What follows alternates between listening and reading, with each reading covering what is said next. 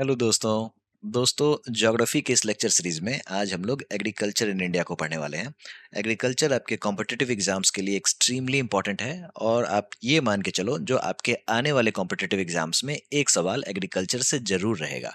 लेकिन सवाल कैसे पूछे जाते हैं तो ये भी आपको पता चल जाएगा, क्योंकि जैसे जैसे हम लोग टॉपिक्स को कवर कर रहे होंगे साथ में सवालों को भी देख रहे होंगे, ताकि आपको ये समझ में आ जाए जो किस तरीके के सवाल एग्रीकल्चर से पूछे जाते हैं। ठीक है। सबसे पहले इन दो किसानों की कहानी सुनो। इन्हीं के बारे में अभी हम लोग आगे बात करेंगे। देखो यहाँ पे ये किसान क्या कर रहा है तो फसल काट रहा है, दूसरा किसान क्या कर रहा है तो ये भी फसल काट रहा है। लेकिन दोनों के फसल काटने में डिफरेंस है। ठीक है। इसी को हमें समझना है। उससे पहले ये समझो जो हमारे यहाँ आबादी कितनी है, यानी कि हमारे भारत की आबादी कितनी है। तो दोस्तों जब भी आबादी की बात होगी तो समझ जाओ हम लोग विश्व गुरु हैं, यानी कि हमारे यहाँ सबसे ज्यादा आबादी है, विश्व की सबसे ज्यादा आबादी है। और हमारे यहाँ पूरे वर्ल्ड का लैंड का कितना बड़ा हिस्सा है तो समझो 2.4% हमने लैंड को ले रखा है, यानी कि पूरे विश्व का मात्र 2.4% लैंड हमारे पास है। और आबादी कितनी है तो पूरे विश्व का 17.7% आबादी हमारे यहाँ है। अब ये थोड़ा सा बढ़ा ही होगा, कम नहीं होगा, ठीक है, लेकिन डेटा बस यही है। ठीक है। तो इसका मतलब ये है जो पूरे विश्व का 17.7% लोगों का पेट भरने की जिम्मेदारी इस 2.4% लैंड की है। ठीक है। यानी कि हमें यील्ड ज्यादा चाहिए। यील्ड का मतलब क्या होता है तो यील्ड का मतलब होता है पैदावार। समझ में आ रहा है। अब ये जो किसान जो है ना, ये खुद के लिए खेती कर रहा है, ये अपने बच्चों के लिए खेती कर रहा है, खुद के लिए खेती कर रहा है। ठीक है। और सच पूछो तो ये अपने जीवन को निर्वाह करने की खेती कर रहा है। इसको हम लोग सबसिस्टेंस फार्मिंग कहते हैं। ठीक है। और ऐसे किसान हमारे भारत में 86% हैं। कैसे 86% हैं तो ऐसे किसान जिनके पास लेस देन 2 हेक्टेयर का लैंड है। देखो हमारे यहाँ लैंड रिफॉर्म हुआ नहीं। ठीक है। बहुत बहुत ही कमी जगह पे लैंड रिफॉर्म्स देखने को मिला है। ठीक है। बहुत ही लिमिटेड। कारण क्या है तो भाई लैंड मुद्दा ही ऐसा है ना, जो इसको निपटाना बहुत ही मुश्किल काम है। कोई पॉलिटिकल पार्टी इसको ढंग से निपटा नहीं पाई है। ठीक है। अब ये 14% जो लोग हैं वो अब इस तरीके की खेती करते हैं, यानी कि इसको हम लोग कहते हैं एक्सटेंसिव एग्रीकल्चर। यानी कि खुद का पेट तो भरना ही है, इसके अलावा कॉमर्शियली भी अब एग्रीकल्चर में पार्टिसिपेट कर रहे हैं। लेकिन अभी भी आपको 86% लोग ऐसे हैं जो खुद के लिए खेती करते हैं, जिसको हम लोग सबसिस्टेंस फार्मिंग कहते हैं। ठीक है। तो आज हम लोग जब फार्मिंग के बारे में पढ़ेंगे तो समझेंगे सबसिस्टेंस फार्मिंग क्या होता है।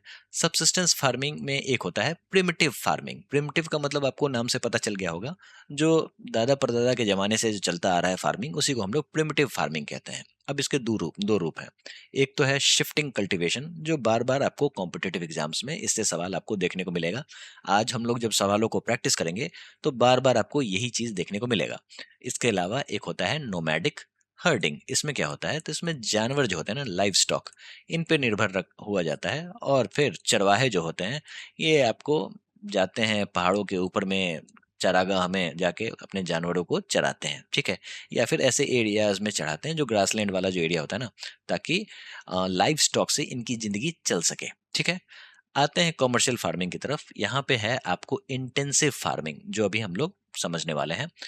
Commercial grain, mixed farming, plantation agriculture, एक एक करके इन सभी चीजों को समझेंगे। इसी से सवाल आजकल पूछे जाने लगे हैं। ठीक है। सबसे पहले बात कर लेते हैं जो इंटेंसिव सबसिस्टेंस फार्मिंग और एक्सटेंसिव एग्रीकल्चर में डिफरेंस क्या है। सबसिस्टेंस नाम से आपको लग गया होगा, समझ में आ गया होगा, निर्वाह। निर्वाह का मतलब क्या होता है, मतलब आप गुजारा करने के लिए खेती कर रहे हो। ठीक है। और ये हाई पॉपुलेशन प्रेशर एरिया जहाँ पे होंगे ना, वहां पे ये ज्यादा फॉलो किया जाता है। ठीक है। इसका एपिक एग्जाम्पल है भारत। जैसा कि मैंने आपको बताया 86% लोगों के पास लेस देन 2 हेक्टेयर्स लैंड है। और ये लोग जितनी खेती करते हैं उनसे उनका सिर्फ पेट ही भर सकता है, उसके अलावा वो अनाजों को बेच नहीं सकते हैं। क्यों? क्योंकि उतनी उपज होगी नहीं। और अपने जमीन से वो बहुत सारा उपज ले भी रहे होंगे, फिर भी इतना उपज नहीं होगा जो उसको वो एक्सपोर्ट कर सकें या फिर उसका व्यापार कर सकें। ठीक है। और जैसा कि मैंने आपको बताया लैंड का साइज अगर छोटा होगा तो सोचेंगे लैंड का अगर छोटा सा भी कोना होगा ना, इससे भी भरपूर फसल ली जाए, यानी कि भरपूर पैदावार ली जाए। इसी को हम लोग यील्ड कहते हैं। है ना? तो ये एक तो पहली बात लेबर इंटेंसिव होता है, ठीक है? सारे लेबर जो होते हैं ये इसी ज़मीन पे काम कर रहे होते हैं, घर वाले भी होंगे इसी पे काम कर रहे होंगे, ठीक है? इसमें हाई बायोकेमिकल इनपुट होगा, इसका मतलब क्या है? जो फर्टिलाइज़र का इस्तेमाल बहुत भरपूर होगा, क्यों? क्योंकि इनको छोटे से लैंड से ज़्यादा आउटपुट चाहिए और इसमें इरिगेशन भी अच्छा खासा आपको देखने को मिलेगा। ये कहाँ पे देखने को मिलता है? तो जहाँ पे पॉपुलेशन आपको ज़्यादा है, जैसे वेस्ट बंगाल, उत्तर प्रदेश, बिहार, असम, पंजाब, ठीक है? और यहाँ पे जो भी प्रोड्यूस होगा वो कंज्यूम लोकली ही हो जाएगा, ठीक है? इसको आप एक्सपोर्ट नहीं कर रहे होगे, इससे आप व्यापार नहीं कर रहे होगे, ठीक है? बात करते हैं एक्सटेंसिव एग्रीकल्चर की। यहाँ पे लो इनपुट, देखो एरिया बड़ा है, इनपुट यहाँ पे लो होता है। लो इनपुट ऑफ क्या? लेबर एंड रिसोर्सेज दोनों, यानी कि फर्टिलाइजर भी लो रहेगा और लेबर भी कम होगा, ठीक है? लेबर तो कम, मशीन ज्यादा, ठीक है? और ये बहुत ही बड़े एरिया में इसकी खेती की जा रही है, ठीक है? इसमें क्या क्या कैरेक्टरिस्टिक्स हैं? Minimal fertilizers and pesticides. दोस्तों यहाँ पे चीजें ज्ञान के लिए नहीं पढ़ रहे हैं, एग्जाम के लिए पढ़ रहे हैं, ठीक है? तो जो चीजें अभी आप पढ़ रहे हो ना, यही आपको स्टेटमेंट बेस्ड सवालों में देखने को मिल जाएगा, ठीक है? कैसे सवाल पूछे जाते हैं वो भी मैं आपको बताऊंगा। तो minimal fertilizers and pesticide, low labour, capital, machinery, large farm sizes, crop suited for local environment, ठीक है? और इसका एग्जांपल की बात करें तो ऑस्ट्रेलिया में जो पेस्टोरल फार्मिंग होता है, या फिर आपको ग्रेट प्लेन्स यूएसए में जो व्हीट फार्मिंग होता है, जो हम लोग कहते हैं ना प्रेरीज ग्रासलैंड, वहाँ पे जो व्हीट फार्मिंग होती है, वो सारे के सारे एक्सटेंसिव एग्रीकल्चर होते हैं, ठीक है? बहुत ही कम लोग इसमें काम कर रहे होते हैं और मशीन की सहायता से ये लोग बहुत ही बड़ी बड़ी खेती कर रहे होते हैं, ठीक है? तो अगर आपके कॉम्पिटिटिव एग्जाम्स में ये सवाल आ जाए, जो भाई एक बात बताओ, जो ज्यादा पैदावार यानी कि ज्यादा यील्ड आपको कहाँ से देखने को मिलेगा? इंटेंसिव सबसिस्टेंस फार्मिंग में या फिर एक्सटेंसिव एग्रीकल्चर में? तो राइट आंसर इज इंटेंसिव, क्योंकि यहाँ पे इंटेंस हो के आप फार्मिंग कर रहे हो। समझ में आ रहा है? ज्यादा फर्टिलाइजर का इस्तेमाल कहाँ देखने को मिलेगा? तो इंटेंसिव सबसिस्टेंस फार्मिंग में, ठीक है? ज्यादा लेबर कहाँ पे देखने को मिलेगा? तो आपको इंटेंसिव सब्सिस्टेंस फार्मिंग में लेबर ज्यादा देखने को मिलेगा। मशीनरी ज्यादा कहाँ देखने को मिलेगी? तो एक्सटेंसिव एग्रीकल्चर में मशीनरी आपको देखने को मिलेगी, ठीक है? अब बात कर लेते हैं इंटेंसिव सब्सिस्टेंस फार्मिंग के और भी दो रूप की, जिसकी बात हम लोगों ने की थी। प्रिमिटिव सब्सिस्टेंस फार्मिंग, जिसको हम लोग शिफ्टिंग या फिर स्लैश एंड बर्न एग्रीकल्चर कहते हैं, और दूसरा है इंटेंसिव सब्सिस्टेंस, जो कि मॉनसून एरिया, हमारे भारत का जो मॉनसून एरिया है वहां पे इंटेंसिव सब्सिस्टेंस फार्मिंग की जाती है। दोस्तों जहाँ पे इंटेंसिव सब्सिस्टेंस फार्मिंग की जाती है वहां पे पॉपुलेशन भी ज्यादा देखने को मिलेगा, यानी कि पॉपुलेशन डेंसिटी वहां पे अच्छी खासी देखने को मिलती है, ठीक है? और जहाँ पे पॉपुलेशन डेंसिटी ज़्यादा होती है तो समझ जाओ पर कैपिटा जो लैंड होगा वो छोटा होगा, है ना? तो फिर यहाँ पे इंटेंसिव एग्रीकल्चर आपको देखने को मिलता है। सबसे पहले बात कर लेते हैं प्रिमिटिव सब्सिस्टेंस फार्मिंग, ठीक है? प्रिमिटिव यानी कि आदम जमाने से चली आई वाली फार्मिंग, ठीक है? इसको shifting and slash and burn agriculture भी कहते हैं। कहाँ पे आपको देखने को मिलेगा? तो देखो जो भी ट्रॉपिक्स है ना, वहाँ पे जो ट्राइब्स हैं वो इसको फॉलो करते आ रहे हैं। क्यों? क्योंकि ट्राइब्स आपको प्रिमिटिव एग्रीकल्चर ही करेंगे, जैसे Africa, south and central America, south east Asia, ठीक है? ये लोग करते क्या है? तो देखो ये मान लो पहाड़ का एक टीला है, ठीक है? अब यहाँ पे इन्होंने क्या किया, यहाँ पे फॉरेस्ट उगा हुआ है, इसको ये लोग काट के हटा देंगे, ठीक है? एरिया खाली करेंगे, ठीक है? और या फिर इसमें आग लगा देंगे, इतनी दूर में ये लोग आग लगा देंगे। आग लगाने के बाद क्या करेंगे? जो आग से जो राख निकलेगी ना, वो पोटाश खेत को दे देगी। और हम लोगों ने पिछली लेक्चर में पढ़ा था, जो अक्सर सॉइल के पास पोटाश होता नहीं है, तो फिर इस राख से इनको पोटाश मिल गया। अब ये जो भूमि है वो कृषि के लिए तैयार है। इसमें सिंपल टूल्स का इस्तेमाल करते हैं, हो, दाव, डिगिंग स्टिक्स, याद कर लेना। क्यों? एनसीईआरटी में दिया हुआ है और इससे सवाल पूछ चुके हैं, 2-3 बार पूछ चुके हैं, ठीक है? और जब इस पे खेती करते हैं तो 3 से 5 साल के बाद इस सॉइल की फर्टिलिटी खत्म हो जाती है, तो फिर फार्मर्स जो हैं वो दूसरी जगह slash and burn agriculture follow करते हैं, दूसरी जगह आग लगा देंगे, ठीक है? और तब तक ये वाला जो पार्ट था जहाँ पे पहले खेती किया था उसका रिस्टोरेशन चालू हो जाएगा, उसकी फर्टिलिटी का रिस्टोरेशन चालू हो जाएगा, तब तक ये दूसरी जगह खेती करेंगे, ठीक है? अब ऐसा है ना, जो अब पहले क्या था, जो झूम कल्टीवेशन का साइकिल ठीक ठाक था, लेकिन अब ये बहुत ही शॉर्टर हो गया है। क्यों? क्योंकि धीरे धीरे अब फर्टिलिटी लॉस जो है वो बहुत ही ज़्यादा होता है, और इसके अलावा जब ये जंगलों में आग लगाते हैं तो उससे पोल्यूशन भी होता है। तो सरकार अब चाह रही है जो स्लैश एंड बर्न एग्रीकल्चर छोड़ो और किसी और मेथड पे शिफ्ट हो, मॉडर्न मेथड पे शिफ्ट हो, उसके लिए भी सरकार पहल कर रही है। खासकर नॉर्थ ईस्ट रीजन में ये पहल कर रही है, जो ये लोग लोग जो हैं ये हॉर्टिकल्चर पे शिफ्ट हों और वहां से इनकी इनकम बने। समझ में आया? देखो यहाँ पे क्या हो रहा है, तो देखो ये पूरा का पूरा एरिया इन्होंने काट के हटा दिया है। अब यहाँ पे ये लोग खेती करेंगे, खेती करने के बाद जो भी इसका जो क्रॉप रेसिड्यू बच जाएगा उसमें आग लगा देंगे। तो स्लैशिंग ऑफ वेजिटेशन, काट के हटाया, ठीक है, इसको स्लैशिंग कहते हैं। और फिर आग लगा दिया, बर्निंग ऑफ वेजिटेशन, इसी को हम लोग स्लैश एंड बर्न वेजिटेशन कहते हैं। कॉम्पिटिटिव एग्जाम्स में यही पूछेंगे, जो slash and vegetation burn vegetation है वो कहाँ पे देखने को मिलेगा, तो अक्सर नॉर्थ ईस्ट एरिया में हमें देखने को मिलता है। और ये बहुत ही कॉमन सवाल है, लो हैंगिंग फ्रूट है, ऐसे सवाल अगर पूछ दें तो आपसे छूटने नहीं चाहिए। ठीक है, उसके बाद क्या होता है, फार्मिंग करते हैं और फिर इसके बाद इसको रिकवरी के लिए छोड़ देते हैं, बाद में इसमें फॉरेस्ट उग जाता है। समझ में आया? तो ऐसे काम करता है दोस्तों। अब ये जो स्लैश एंड बर्न एग्रीकल्चर है ये बहुत ही फेमस है, और जैसा कि मैंने बताया ये प्रिमिटिव प्रैक्टिस है। तो ये पूरे के पूरे हिंदुस्तान में आपको कहीं ना कहीं देखने को मिलेगा, पूरे विश्व में कहीं कहीं देखने को मिलेगा। ठीक है, तो कहाँ कहाँ, तो सबसे पहले विश्व की बात कर लेते हैं। तो मेक्सिको और सेंट्रल अमेरिका में इसको कहते हैं मिल्पा, वेनेजुएला में इसको कहते हैं कोनुको, ब्राजील में इसको कहते हैं रोका, सेंट्रल अफ्रीका में इसको कहते हैं मसोल, और इंडोनेशिया में इसको कहते हैं लदांग, पूछते हैं इसके बारे में, और वियतनाम में इसको कहते हैं रे। तो ये है आपका shifting cultivation all over the world का इंपॉर्टेंट वाला। ठीक है, बहुत जगह है लेकिन ये अक्सर कॉम्पिटेटिव एग्जाम्स में पूछते हैं। ठीक है, इसमें से लदांग जो है ना इंडोनेशिया का, वो ज़्यादा पूछेंगे। उसके अलावा मेक्सिको मिल्पा, ये याद कर लेना, आसानी से याद भी हो जाता है। ठीक है, अब आते हैं इंडिया वाला। अब ये है आपका एसएससी और आरआरबी का फेवरेट, इससे बहुत ही ज्यादा सवाल पूछा जाता है। ठीक है, तो एक बार पढ़ लेते हैं और उसके हिसाब से फिर इसको निमोनिक्स की सहायता से याद कर लेंगे। ठीक है, और फिर हम लोग प्रीवियस ईयर क्वेश्चंस भी देख लेंगे, तो फिर आपका काम हो जाएगा। हिमालयन बेल्ट में इसको कहते हैं खील। समझ में आया? तो ये पूरा का पूरा जो हिमालयन बेल्ट है, यहाँ पे इस स्लैश एंड बर्न या फिर शिफ्टिंग एग्रीकल्चर को खील कहा जाता है। नॉर्थ ईस्ट रीजन में इसको झूमिंग कहा जाता है, झूम कल्टीवेशन। और ये सबसे ज्यादा सवाल पूछते हैं, यानी कि 10 सवाल अगर पूछेंगे तो समझ जाओ 4 या 5 सिर्फ यही सवाल रहेगा। ठीक है, स्लैश एंड बर्न एग्रीकल्चर हमारे भारत में कहाँ फॉलो किया जाता है, जिसको झूम कहते हैं, शिफ्टिंग एग्रीकल्चर, तो नॉर्थ ईस्ट में। क्लियर है? झारखंड में इसको कहते हैं कुरुआ। ओडिशा में इसको, इसका 3 नाम है, एक तो पामादाबी, दूसरा कोमन, और तीसरा ब्रिंगा। ठीक है, आंध्र प्रदेश में इसको पोडू या फिर पेंडा कहते हैं। वेस्टर्न घाट में इसको कुमारी कहते हैं, बहुत बार ये सवाल पूछा जा चुका है। मध्य प्रदेश में इसको बेवार और दहिया कहते हैं, ये भी बहुत बार सवाल पूछा है। ठीक है, साउथ ईस्ट राजस्थान में इसको वालरे या फिर वॉल्टरे कहते हैं। चलिए, छोटा सा है, याद हो जाना चाहिए, बड़े प्यार से याद कर लेंगे। ठीक है, और बड़ा मजा आएगा। ठीक है, ये कौन है, तो ये हैं आंध्र प्रदेश के मुख्यमंत्री। क्या कर रहे हैं, तो देखो पीछे में आपको तिरुमला टेम्पल दिख रहा होगा, तिरुपति तिरुमला। ठीक है, उनको वहां से मिला है पेड़ा, और ये पेड़ा खा रहे हैं एज ए प्रसाद, और कह रहे हैं जो पेड़ा खा रहा हूं मैं, एपी का पेड़ा, यानी कि आंध्र प्रदेश का पेड़ा। ठीक है, तो इससे आपको क्या याद होना चाहिए, तो इससे आपको याद हो जाना चाहिए आंध्र प्रदेश पोडू पेंडा। याद हो गया? नहीं होगा तो कोई बात नहीं, ऑप्शन देखते ही आप टिक लगाओगे। ठीक है, ये सारी चीजें तब रिकॉल होती हैं जब आप एग्जाम में सवाल देखते हो। ठीक है, दूसरे कौन है, तो ये है मामा जी। मामा जी कौन, तो गिरिराज सिंह जी जो है, क्या नाम है इनका, शिवराज सिंह चौहान, है ना।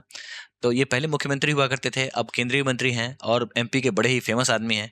तो ये कह रहे हैं जो ये ले बीबर दही खा, एमपी वाले मामा जी के हाथ से बीबर।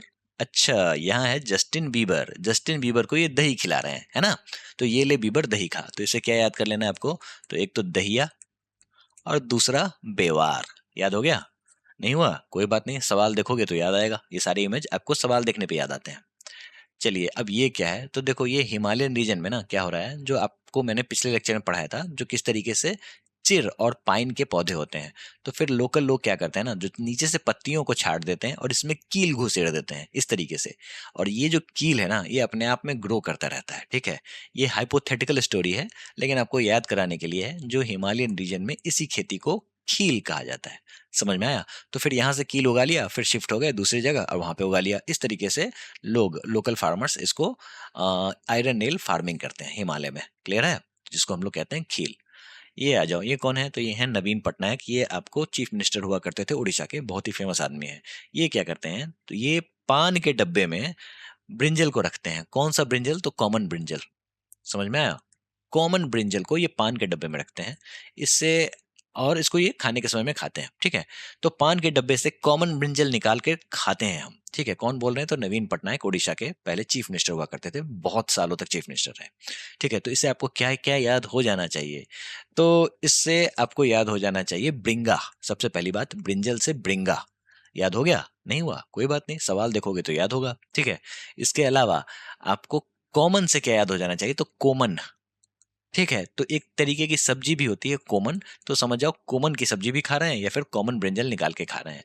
और पान के डब्बे यानी कि पामा डाबी, पान का डब्बा पामा डाबी, जिसको उड़ीसा में पामा डाबी कहते हैं, ठीक है। देखो कहानी कितनी भी वाहियात हो, कोई फर्क नहीं पड़ता, आपको याद हो जाना चाहिए, ठीक है। और बस जैसे ही सवाल देखो तो ये ट्रिगर होना चाहिए, और ऑप्शन में जैसे ही आपको ब्रिंगा दिख गया तो बस यही आपको याद आना चाहिए, यही हमारी नियत है, ठीक है।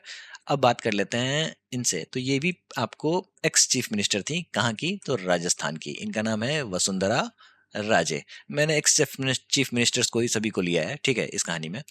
तो इनका क्या कहना था, जो तुम एक काम करो, जो राजस्थान की जो लोकल महिलाएं हैं ना, वो इस तरीके की वॉलेट बना रही हैं, ठीक है। तो तुम इस वॉलेट पे शिफ्ट हो जाओ। शिफ्ट यानी कि शिफ्टिंग एग्रीकल्चर। वॉलेट, वॉलेट से आपको क्या याद रखना है? इससे आपको वॉल ट्रे, वॉल ट्रे याद रखना है, या फिर वॉल रे याद रखना है, ठीक है। याद हो जाएगा? नहीं होगा तो सवाल देखोगे तो याद आ जाएगा।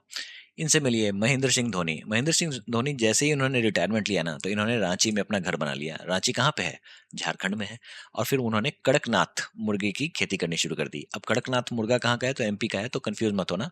तो ये जो कड़कनाथ का मुर्गा, जब ये इसको लेके आया ना झारखंड में, तो इसने कुकड़ू को बोलना छोड़ दिया और अब ये कुरवा कुरवा बोलना शुरू कर देता है। याद क्या रखना है? तो आपको याद रखना है, झारखंड का मुर्गा जो है वो कुरवा कुरवा करता है, यानी कि शिफ्टिंग एग्रीकल्चर का नाम यहाँ पे कुरवा है, ठीक है।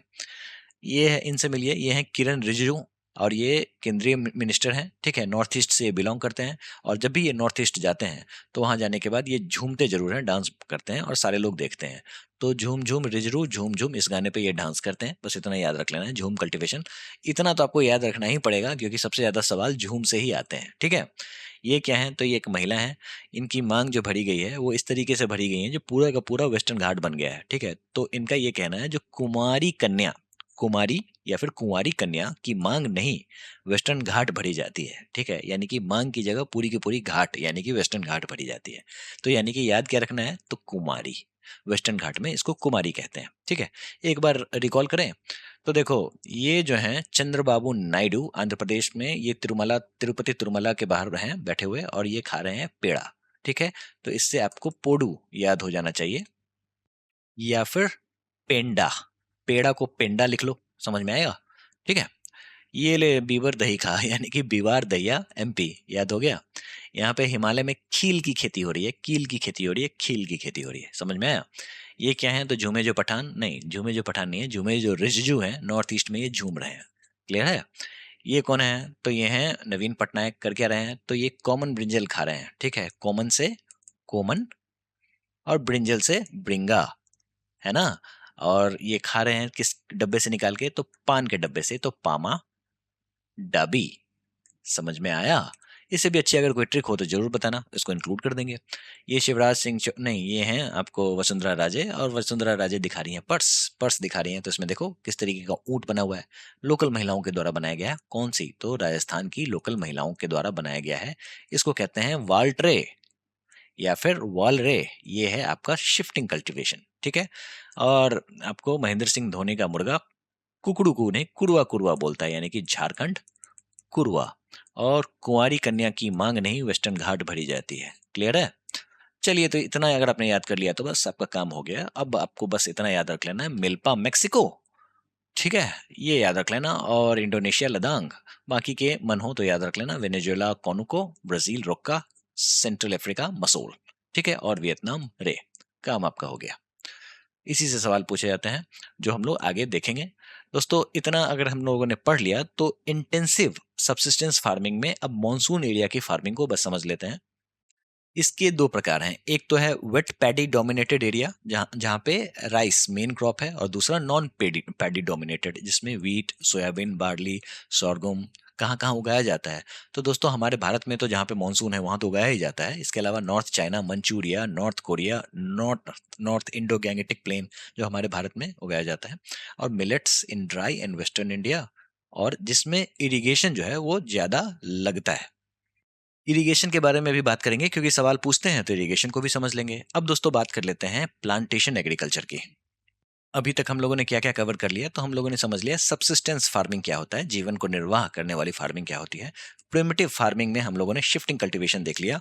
नोमैडिक हर्डिंग के बारे में बस बात कर ली, बस बात करना ही काफी था। इसके बारे में मैंने आपको ऑलरेडी बता रखा है, जो किस तरीके से गद्दी ट्राइब, बकरवाल, बकरवाल ट्राइब्स, ये सारे जो हैं, ये आपको नोमैडिक ट्राइब्स हैं जो कि अपनी भेड़ों को लेके हिमालय पे जाते थे। याद रखो कब, तो समर में, ताकि ग्रासलैंड से अपने भेड़ों को चरा सकें, है ना। और आपको उत्तराखंड में बुग्याल्स, आपने ग्रासलैंड वाली वीडियो देखी है ना? अगर नहीं देखी तो जाके जरूर देख लेना, ये सारे नाम आपको पता होने चाहिए। इसके बाद हम लोगों ने कॉमर्शियल फार्मिंग के बारे में समझा, और इसमें एक पार्ट समझा था इंटेंसिव फार्मिंग, और हम लोगों ने इंटेंसिव सब्सिस्टेंस फार्मिंग, इसके बीच की एक चीज को समझा था, जो किस तरीके से निर्वाह करने के लिए इंटेंसिव फार्मिंग भी की जाती है। दोस्तों अब बात करते हैं हम लोग प्लांटेशन एग्रीकल्चर की। दोस्तों प्लांटेशन एग्रीकल्चर से जो सवाल पूछे जाएंगे ना, बस आपको इतना याद रखना है, जो ये एक तरीके की कॉमर्शियल फार्मिंग होती है, ठीक है, जिसमें सिंगल क्रॉप उगाया जाता है, कीवर्ड आपका यही है, ठीक है, और ये लार्ज एरिया में उगाया जाता है, ठीक है। अब जैसे ब्रिटिशर्स हमारे यहाँ आए थे तो उन्होंने सेलेक्ट किया आसाम दार्जिलिंग वाला एरिया, किस लिए, तो चाय उगाने के लिए। क्यों? क्योंकि आसाम दार्जिलिंग का जो दुआर वाला जो एरिया था, दुआर, ठीक है, वो बहुत ही सुटेबल था टी के प्लांटेशन के लिए। तो उन्होंने वहां पे टी प्लांटेशन शुरू किया। अब यहाँ पे टी का प्लांटेशन कैसे होता है, तो ऐसा तो है नहीं जो एक सीजन में टी उगाएंगे दूसरे सीजन में कुछ और उगाएंगे। तो यहाँ पे हर साल हर महीने 12 महीने टी ही उगाया जाता है, यानी कि सिंगल क्रॉप होता है ना। और ये बहुत ही बड़े स्टेट में होता है, समझ जाओ बहुत बड़ी बड़ी कंपनियां यहाँ पे इन्वेस्ट करके रखी हुई हैं, और ये लेबर इंटेंसिव होता है, बहुत ही ज्यादा लेबर लगता है इसमें।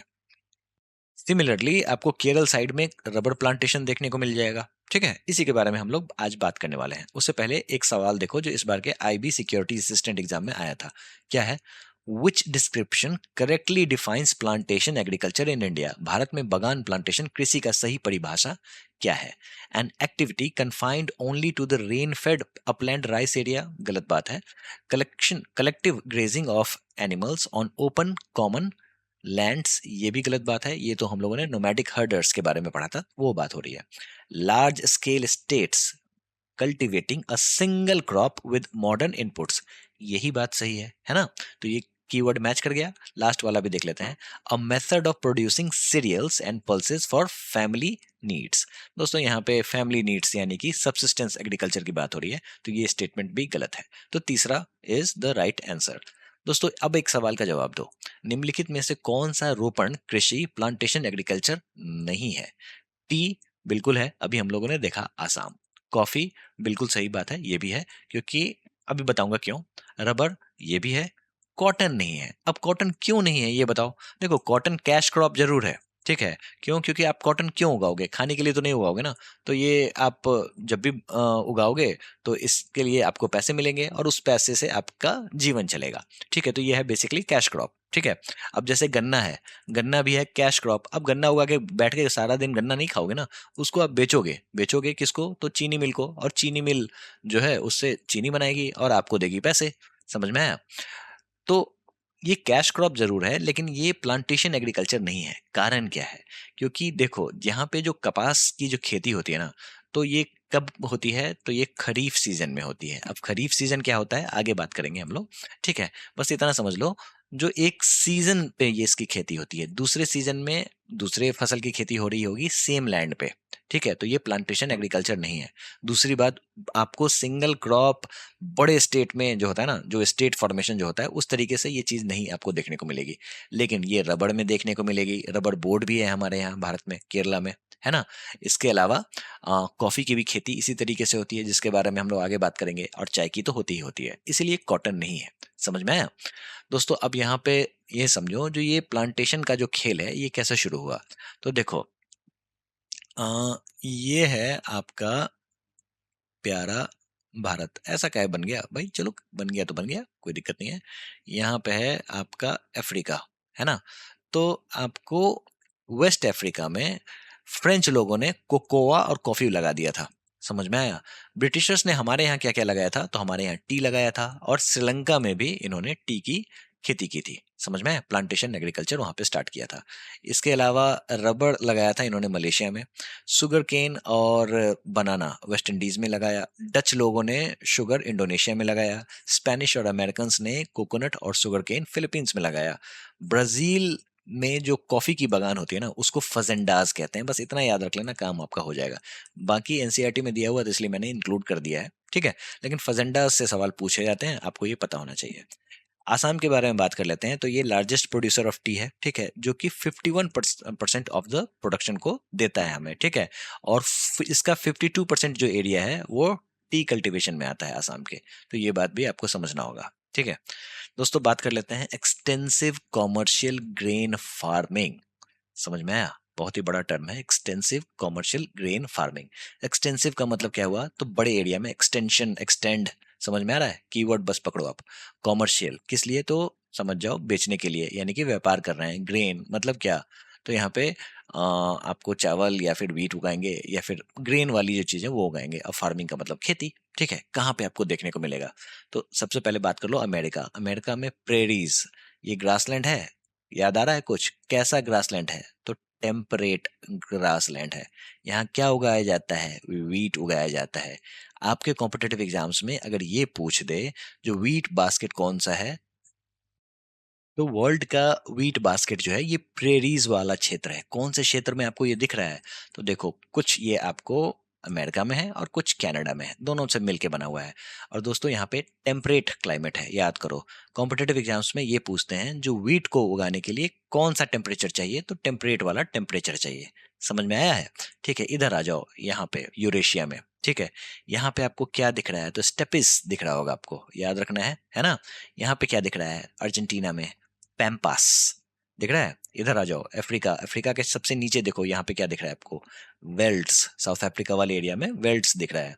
इधर आ जाओ, ये यहाँ पे क्या है, तो ये है ऑस्ट्रेलिया और न्यूजीलैंड। क्या दिख रहा है आपको, तो कैंटरबरी प्लेन्स दिख रहा है, ठीक है। तो यहाँ पे आपको किस तरीके की फार्मिंग होती है, तो इस तरीके की फार्मिंग होती है। मशीन ही मशीन है, ठीक है, और जम के खेती होती है। और ये खेती ऐसी है ना, जो खाने के लिए नहीं होती है। ये अनाज जो होता है ना, वो आपको लाइफ स्टॉक के लिए ये लोग ज्यादा करते हैं। मतलब गायों, सुअरों, मुर्गियों, उनके लिए ज्यादा करते हैं। ये क्या उगाते हैं, तो वीट, बार्ली, कॉर्न, ओट, राई, ये सारे करते हैं इसकी खेती, ठीक है। कौन कौन से एरिया में करते हैं ऑलरेडी मैंने आपको बता दिया। और ये टेम्परेट आपको जो रीजन है कहाँ पे देखने को मिलेगा, तो ये मिड लैटिट्यूड्स में देखने को मिलता है, जैसा कि हम लोगों ने देखा। ये है आपका इक्वेटर, और ये पूरा का पूरा एरिया जो है ये मिड लैटिट्यूड एरिया इसको कहा जाता है, ठीक है। और ये इस एरिया को क्या कहते हैं, तो इस एरिया को हम लोग कहते हैं ट्रॉपिक्स, है ना। कुछ कुछ याद आ रहा है, चलो। कुछ चीजें आपको याद रख लेनी है जो एक्सटेंसिव फार्मिंग में लो लेबर पर एकड़ लगता है, और हाई मैकेनाइजेशन आपको देखने को मिलेगा। यील्ड की बात कर लेते हैं, तो लो यील्ड पर एकड़। देखो जैसा कि हमारे यहाँ छोटे किसान उगाते हैं, जो छोटे वाले एरिया में भी उनको फसल चाहिए ही चाहिए, ऐसा यहाँ पे कोई हिसाब किताब नहीं है। तो यानी कि यहाँ पे लो यील्ड पर एकड़ आपको देखने को मिलेगा, और हाई यील्ड पर वर्कर। जैसा कि वर्कर का संख्या कम है, तो फिर वर्कर के हिसाब से पर कैपिटा वाली बात हो जाती है। तो वर्कर के हिसाब से यील्ड उनके लिए बहुत ही हाई है। तो इस कीवर्ड से आप कंफ्यूज मत होना। अब ये सारे के सारे जो कीवर्ड्स बनाए गए हैं ये सवालों के साथ ही बनाए गए हैं, सवाल देखे गए हैं, उसी के बेसिस पे ये चीज निकल के आई है। हाई यील्ड पर वर्कर, लो यील्ड पर एकड़, ये स्टेटमेंट आपको याद रख लेना है, ठीक है। बस कॉमन सेंस लगाओगे तो फिर ये सवाल सॉल्व हो जाएगा, ठीक है।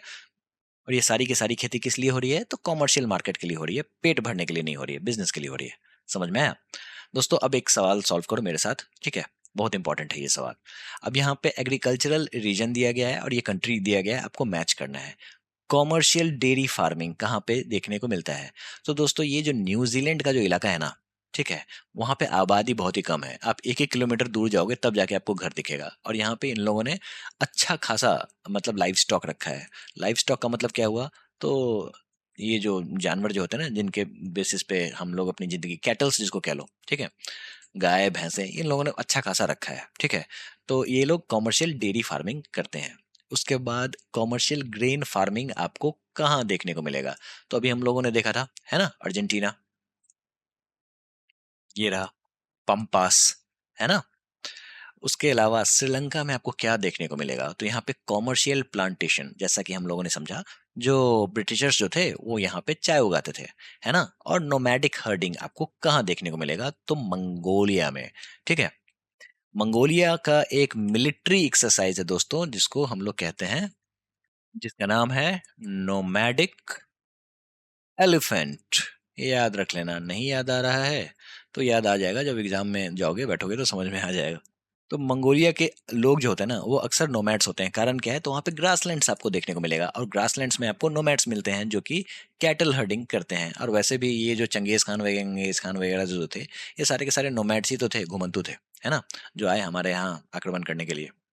तो इसी के हिसाब से जो भी ऑप्शन होगा वो सही होगा। आई थिंक ऑप्शन नंबर 3 होना चाहिए, है ना? चलिए अब हम लोग बात कर लेते हैं मिक्स्ड फार्मिंग। हमारे भारत में सबसे ज़्यादा जो कोई खेती होती है वो होती है मिक्स्ड फार्मिंग। क्यों? क्योंकि देखो ऐसा है, जो हम लोग करते हैं सब्सिस्टेंस फार्मिंग, मतलब जीवन को गुजारा करने के लिए। तो जीवन अगर मान लो क्रॉप फेलियर हो गया तो फिर क्या होगा? तो इसके लिए हमें कुछ ना कुछ एक और उपाय तो करना होगा। तो इसलिए हम लोग कैटल को भी रखते हैं, ठीक है? और इसी को हम लोग मिक्स्ड फार्मिंग कहते हैं। और ये हमारे भारत में ही नहीं, और भी जगह देखने को मिलता है। कहाँ कहाँ? तो north west Europe, north America, parts of Eurasia जिसमें हम लोग आते हैं, इसके अलावा टेम्परेट सदर्न कॉन्टिनेंट्स, ठीक है? और इंडिया में तो प्रैक्टिस इसकी होती ही होती है। और इसका मतलब क्या है? तो क्रॉप्स एंड लाइव स्टॉक, बस इतना ही समझ लो, काफ़ी है कहानी। दोस्तों एक सवाल है जो इस बार के एनटीपीसी में पूछा गया है। The farming system that involves both crop cultivation and the livestock raising is known as, वह कृषि प्रणाली जिसमें फसल उत्पादन और पशुपालन दोनों को शामिल किया जाता है, उसको हम लोग क्या कहते हैं? तो इसको हम लोग कहते हैं मिक्स्ड फार्मिंग, ठीक है? टेरेस एग्रीकल्चर के बारे में हम लोग ऑलरेडी हम लोगों ने पढ़ रखा है, ठीक है? पिछले लेक्चर में पढ़ रखा था। सब्सिस्टेंस फार्मिंग, निर्वाह कृषि, मैंने आपको बता दिया, जीवन को निर्वाह करने के लिए किया जाता है। प्लांटेशन फार्मिंग जो है वो बगान के लिए होता है। तो लोग मिक्स्ड फार्मिंग और सब्सिस्टेंस फार्मिंग में कंफ्यूज हो सकते हैं, लेकिन अब आप नहीं होना। मिक्स्ड फार्मिंग का मतलब है लाइव स्टॉक वाला फार्मिंग, समझ में आया? मतलब कृषि के साथ साथ लाइव स्टॉक भी रखना है। दोस्तों ये क्या है? तो दोस्तों ये है हॉर्टिकल्चर, जिसके बारे में बात कर लेते हैं। हॉर्टिकल्चर का मतलब क्या है? तो जो वेजिटेबल, फ्रूट एंड फ्लावर्स जो उगाए जाते हैं ना, उसको हम लोग हॉर्टिकल्चर कहते हैं, ठीक है? अब ये खेती जैसे होती है ना, मान लो ये शहर है, इसका पॉपुलेशन बहुत ही ज़्यादा है, अब इसका पेट भरना है, तो फिर बगल के जो गाँव वगैरह जो होते हैं ना, वो लोग आपको अक्सर सब्जियां उगाते हैं। क्यों? क्योंकि ये आसानी से फ्रेश सब्जियां टाउन में पहुंचा सकते हैं, और इसका इनको हाई रेट भी मिल जाएगा। तो ये चीज़ आप गौर करोगे तो अक्सर आपको देखने को मिलता है, ठीक है? तो हॉर्टिकल्चर का यही पैटर्न है, पूरे वर्ल्ड में इसी तरीके से हॉर्टिकल्चर की प्रैक्टिस की जाती है। यानी कि शहरों के आसपास इसकी खेती बहुत ही ज़्यादा होती है, अच्छे पैमाने पे होती है। नीदरलैंड में आपको ट्यूलिप फ्लावर की खेती होती है। इसकी बहुत ही इंपॉर्टेंट कहानी है दोस्तों। वर्ल्ड का जो सबसे पहला स्टॉक एक्सचेंज जो बना था ना, वो कहाँ पे था? तो नीदरलैंड में था। तो पहला जो स्टॉक जो था वो क्या था? तो वो ट्यूलिप ही था। लोग इस पे ट्रेड कर रहे थे। और इसको अगर आपको समझना है तो फर्स्ट इन इंडिया वाली सीरीज अगर आप स्टैटिक जीके में देखोगे ना, तो वहां पे मैंने बता रखा है, जाओ देखो। दोस्तों सवाल यहाँ पे क्या बनेगा? तो सवाल बनेगा ट्रक फार्मिंग से रिलेटेड। क्या है? तो देखो, जो भी वेजिटेबल का जो स्पेशलाइजेशन है ना, इसी को हम लोग ट्रक फार्मिंग कहते हैं। क्यों कहते हैं? ऑलरेडी मैंने आपको समझा दिया। जो देखो, ट्रकों से माल यहाँ पे फटाफट टाउन में पहुंच रहा है, इसलिए इसको ट्रक फार्मिंग कहा जाता है। क्लियर है? दोस्तों मेडिटेरेनियन एग्रीकल्चर के बारे में बात कर लेते हैं। क्यों? क्योंकि देखो, ये जो मेडिटेरेनियन का जो इलाका है ना, तो यहाँ पे सिट्रस फ्रूट जो है वो अच्छे खासे उगते हैं। इसके अलावा ऑलिव ऑयल जो वर्ल्ड का कहीं से भी आता है, ठीक है? तो वो आपको इसी एरिया से आता है। यहीं पे अच्छे खासे ऑलिव्स उगाए जाते हैं। यही कारण है जो आपको पिज्जा में भी ऑलिव्स देखने को मिल जाएंगे। स्पेन जो है वो अच्छा खासा पैदावार करता है किसका? तो ऑलिव्स का, ठीक है? इसके अलावा देखो, ये जो इलाका है, ये इलाका है यूएसए का, ये इलाका है, ये सारे के सारे मेडिटेरेनियन वाले इलाके हैं, ठीक है? यहाँ पे आपको विटी कल्चर देखने को मिलेगा। क्या? तो ग्रेप्स, वाइन्स, रेजिन्स, करेंट्स, ठीक है? ये जो है ना, ये अक्सर यहाँ पे उगाए जाते हैं। विटामिन सी से भरपूर होते हैं, ठीक है? साइट्रिक एसिड इनमें अच्छा खासा होता है। हमारे यहाँ उगता है, बिल्कुल उगता है। नागपुर चले जाओ, वहाँ पे आपको नागपुर के ऑरेंज, नागपुर के संतरे आपको देखने को मिलेंगे, ठीक है? वहाँ पे मेडिटेरेनियन खेती की जाती है। समझ में आया? क्यों? क्योंकि महाराष्ट्र में आपको अंगूर की खेती अच्छी खासी की जाती है, ठीक है? तो ये भी मेडिटेरेनियन खेती है। समझ में आया? जहाँ पे सिट्रस फ्रूट्स ज्यादा खेती की जाती है, ठीक है। और ग्रेप्स को उगाने को क्या कहते हैं हम लोग? विटिकल्चर कहते हैं। और ग्रेप से क्या बनता है? वाइन्स। वाइन्स, इसके अलावा रेजिन्स, करेंट्स, इससे बनाए जाते हैं। ऑलिव की भी खेती होती है, फिग्स की भी खेती होती है। यही कारण है जो रोमन्स जो थे वो अपने सर पे ऑलिव्स की डंडियां जो होती है ना वो सर पे लगाते थे इस तरीके से, है ना। और इनके जो अवार्ड्स शो जो होते हैं उसमें इस तरीके से आप देखोगे, कोई भी अवार्ड होगा वो इस तरीके से ऑलिव के ब्रांचेस उसमें आपको देखने को मिलेंगे, ठीक है। यही अवार्ड का शेप रहता है उनका। तो कभी कभी कॉम्पिटेटिव एग्जाम्स में पूछ देंगे जो मेडिटेरेनियन वाला क्षेत्र कौन सा है, कौन सी खेती होती है, तो अब आपको कंफ्यूज नहीं होना है। दोस्तों, एक एनसीईआरटी में कीवर्ड है, ये आपको समझना है, कलेक्टिव फार्मिंग, ठीक है। और कॉलखोज ये क्या है? तो यूएसएसआर में जो कलेक्टिव फार्मिंग की जाती थी ना उसको कहते थे कॉलखोज। क्या था? तो इसमें सोशल ओनरशिप था। आपको पता होगा जो यूएसएसआर में सोशलिस्ट इकोनॉमी पहले फॉलो की जाती थी, ठीक है, अभी भी है। धीरे धीरे कैपिटलिस्ट होती जा रही है, लेकिन सोशलिस्ट अभी भी बेस उनका वही है, ठीक है। तो इसमें क्या है ना, जो आपको एक ओनर नहीं होता था, सोशल ओनर होता था और कलेक्टिव लेबर होता था, ठीक है। तो जो भी लैंड है उसको सारे के सारे फार्मर जो हैं वो एक साथ इसके ओनर्स माने जाते थे, उसको पूलिंग करते थे, लाइव स्टॉक, लेबर, ये सारे करते थे, ठीक है। और ये सारे लोग मिलके इस पे खेती करते थे, जिसको कहते हैं कॉलखोज। कॉम्पिटेटिव एग्जाम्स में ये पूछेंगे जो कॉलखोज जो है ये कलेक्टिव फार्मिंग मॉडल है, ये कहाँ पे इंट्रोड्यूस किया गया था? तो राइट आंसर इज रशिया। समझ में आया? बस एक ही कीवर्ड है, याद रख लेना, ठीक है। कोऑपरेटिव फार्मिंग के बारे में बात कर लेते हैं। तो सिमिलर सा कॉन्सेप्ट है। यहाँ पे क्या है ना, जो आपको सारे किसान मिलते हैं और कोऑपरेटिव सोसाइटी बनाते हैं, फार्मर प्रोड्यूसर ऑर्गेनाइजेशन बनाते हैं, ठीक है।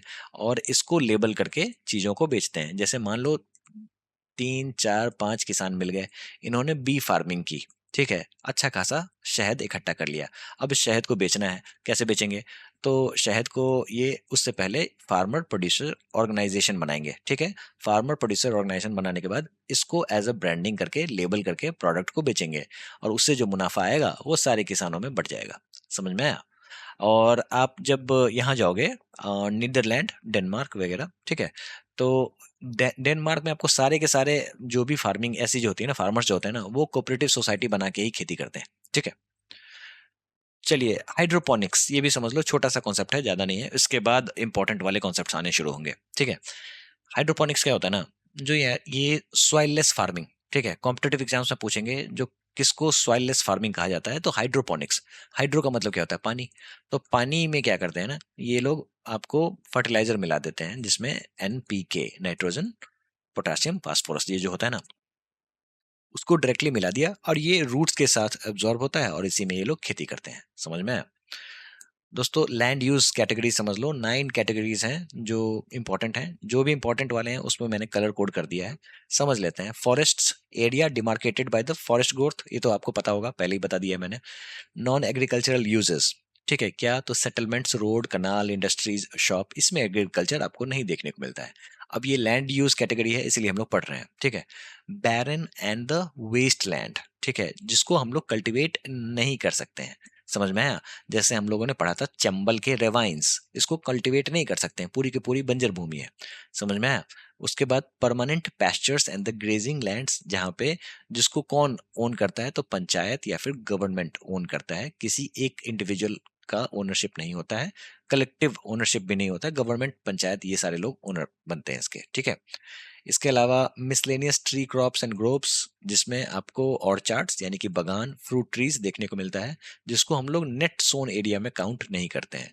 नेट सोन एरिया क्या होता है आगे पता चलेगा, हम लोग बात करेंगे। अब यहां से इंपॉर्टेंट चीज है जो आपको समझना होगा। बैरन एंड वेस्टलैंड बस आप समझ लो, जो कैन नॉट बी कल्टिवेटेड। अब यहां से समझ लो, कल्चरेबल वेस्टलैंड, फॉलो मतलब फैलो फॉर मोर देन 5 ईयर्स। फैलो का मतलब क्या है? जिसपे खेती आप नहीं कर रहे हो, ठीक है, लेकिन जिसको आपने 5 साल के लिए से भी ज्यादा छोड़ रखा है, लेकिन उस पे खेती कर सकते हो, उसको फिर से क्लेम कर सकते हो। इसको कल्चरेबल वेस्टलैंड कहते हैं। वेस्टलैंड क्यों? क्योंकि आप खेती नहीं कर रहे हो। कल्चरेबल क्यों? क्योंकि कर सकते हो। समझ में आया? बस इतना समझना है आपको। करंट फैलो, करंट का मतलब क्या है? जो अभी आपने छोड़ रखा है, इसको हम लोग कहते हैं परती, ठीक है। परती क्या है? तो left without cultivation for 1 year और लेस। आज आपने वीट उगा दिया और आपको ज्यादा पैदावार नहीं मिली, तो आपने सोचा जो चलो खेत को वैसे ही छोड़ देते हैं, इससे क्या होगा, जो खेत अपनी फर्टिलिटी को खुद ही रिस्टोर कर लेगा बाय नेचुरली वो रिस्टोर कर लेगा। तो इसको कहते हैं परती छोड़ देना। समझ में आया? यानी कि फैलो, छोड़ देना। फैलो अदर देन करंट, इसका मतलब क्या है? तो जिस जमीन को आपने 1 साल से भी ज्यादा छोड़ रखा है, लेकिन 5 साल के अंदर वाला जो लैंड होगा ना, इसको हम लोग fallow other than current land use category में काउंट करेंगे। नेट एरिया सोन, यानी कि physical extent where crop sown and harvested, मतलब जिस एरिया में आपने खेती कर रखी है उसको लैंड यूज कैटेगरी में नेट एरिया सोन कहते हैं। इतना ज्ञान हमने समझ लिया, काम कहाँ आना है? तो काम आना है यहाँ। देखो इस बार के स्टेनो में 2025 में ये सवाल पूछा है। कैटेगरी यहाँ पे दिया हुआ है, miscellaneous tree crops and groves, culturable wasteland, current fallow, fallow other than current fallow, आपको मैच करना है। ऑलरेडी हम लोगों ने अभी पढ़ रखा है, ठीक है, उसके हिसाब से जो भी चीजें होंगी उसे हमें सेलेक्ट करना है। तो देखो, करंट फैलो अभी हम लोगों ने छोड़ रखा है वर्तमान प्रतिभूमि, ठीक है, यानी कि 1 वर्ष या उसे कम समय की प्रतिभूमि। बस हिंदी वाला आसान लग रहा है, समझ में आ रहा है? बस इतना आपने अगर समझ लिया तो सी का 4 जहां आपको दिख जाए, यानी कि ऑप्शन नंबर 1, आपका काम हो गया। बाकी के जैसा कि हम लोगों ने समझा है वही है। दोस्तों इरिगेशन की बात कर लेते हैं, छोटा है टॉपिक लेकिन पढ़ना जरूरी है। पूछते हैं सवाल, कैसा सवाल पूछते हैं बस अभी देखेंगे हम लोग। इरिगेशन का सोर्स की अगर बात करें ना, तो सबसे ज्यादा इरिगेशन होता है आपको जमीन के पानी से, यानी कि कुआं। कुआं खोदते हैं तो कहाँ से पानी निकलता है? तो जमीन से निकलता है ना। तो ये आपका wells and tube wells, tube well जो है जमीन में आप गाड़ते हो और जमीन के पानी को यूटिलाइज करते हो।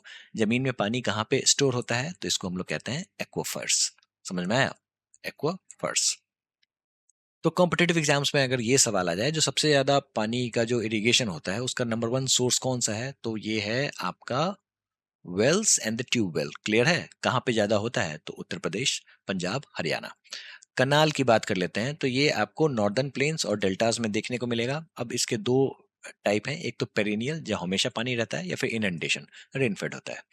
दोस्तों टैंक की बात कर लेते हैं। जो आपको डेक्कन प्लेट्यू का इलाका है ना, उसका रॉकी टेरेन होने के कारण, मतलब पठारी टेरेन है, इसके कारण वहां पे टैंक्स में पानी को स्टोर किया जाता है, ठीक है, और उससे हम लोग खेती करते हैं।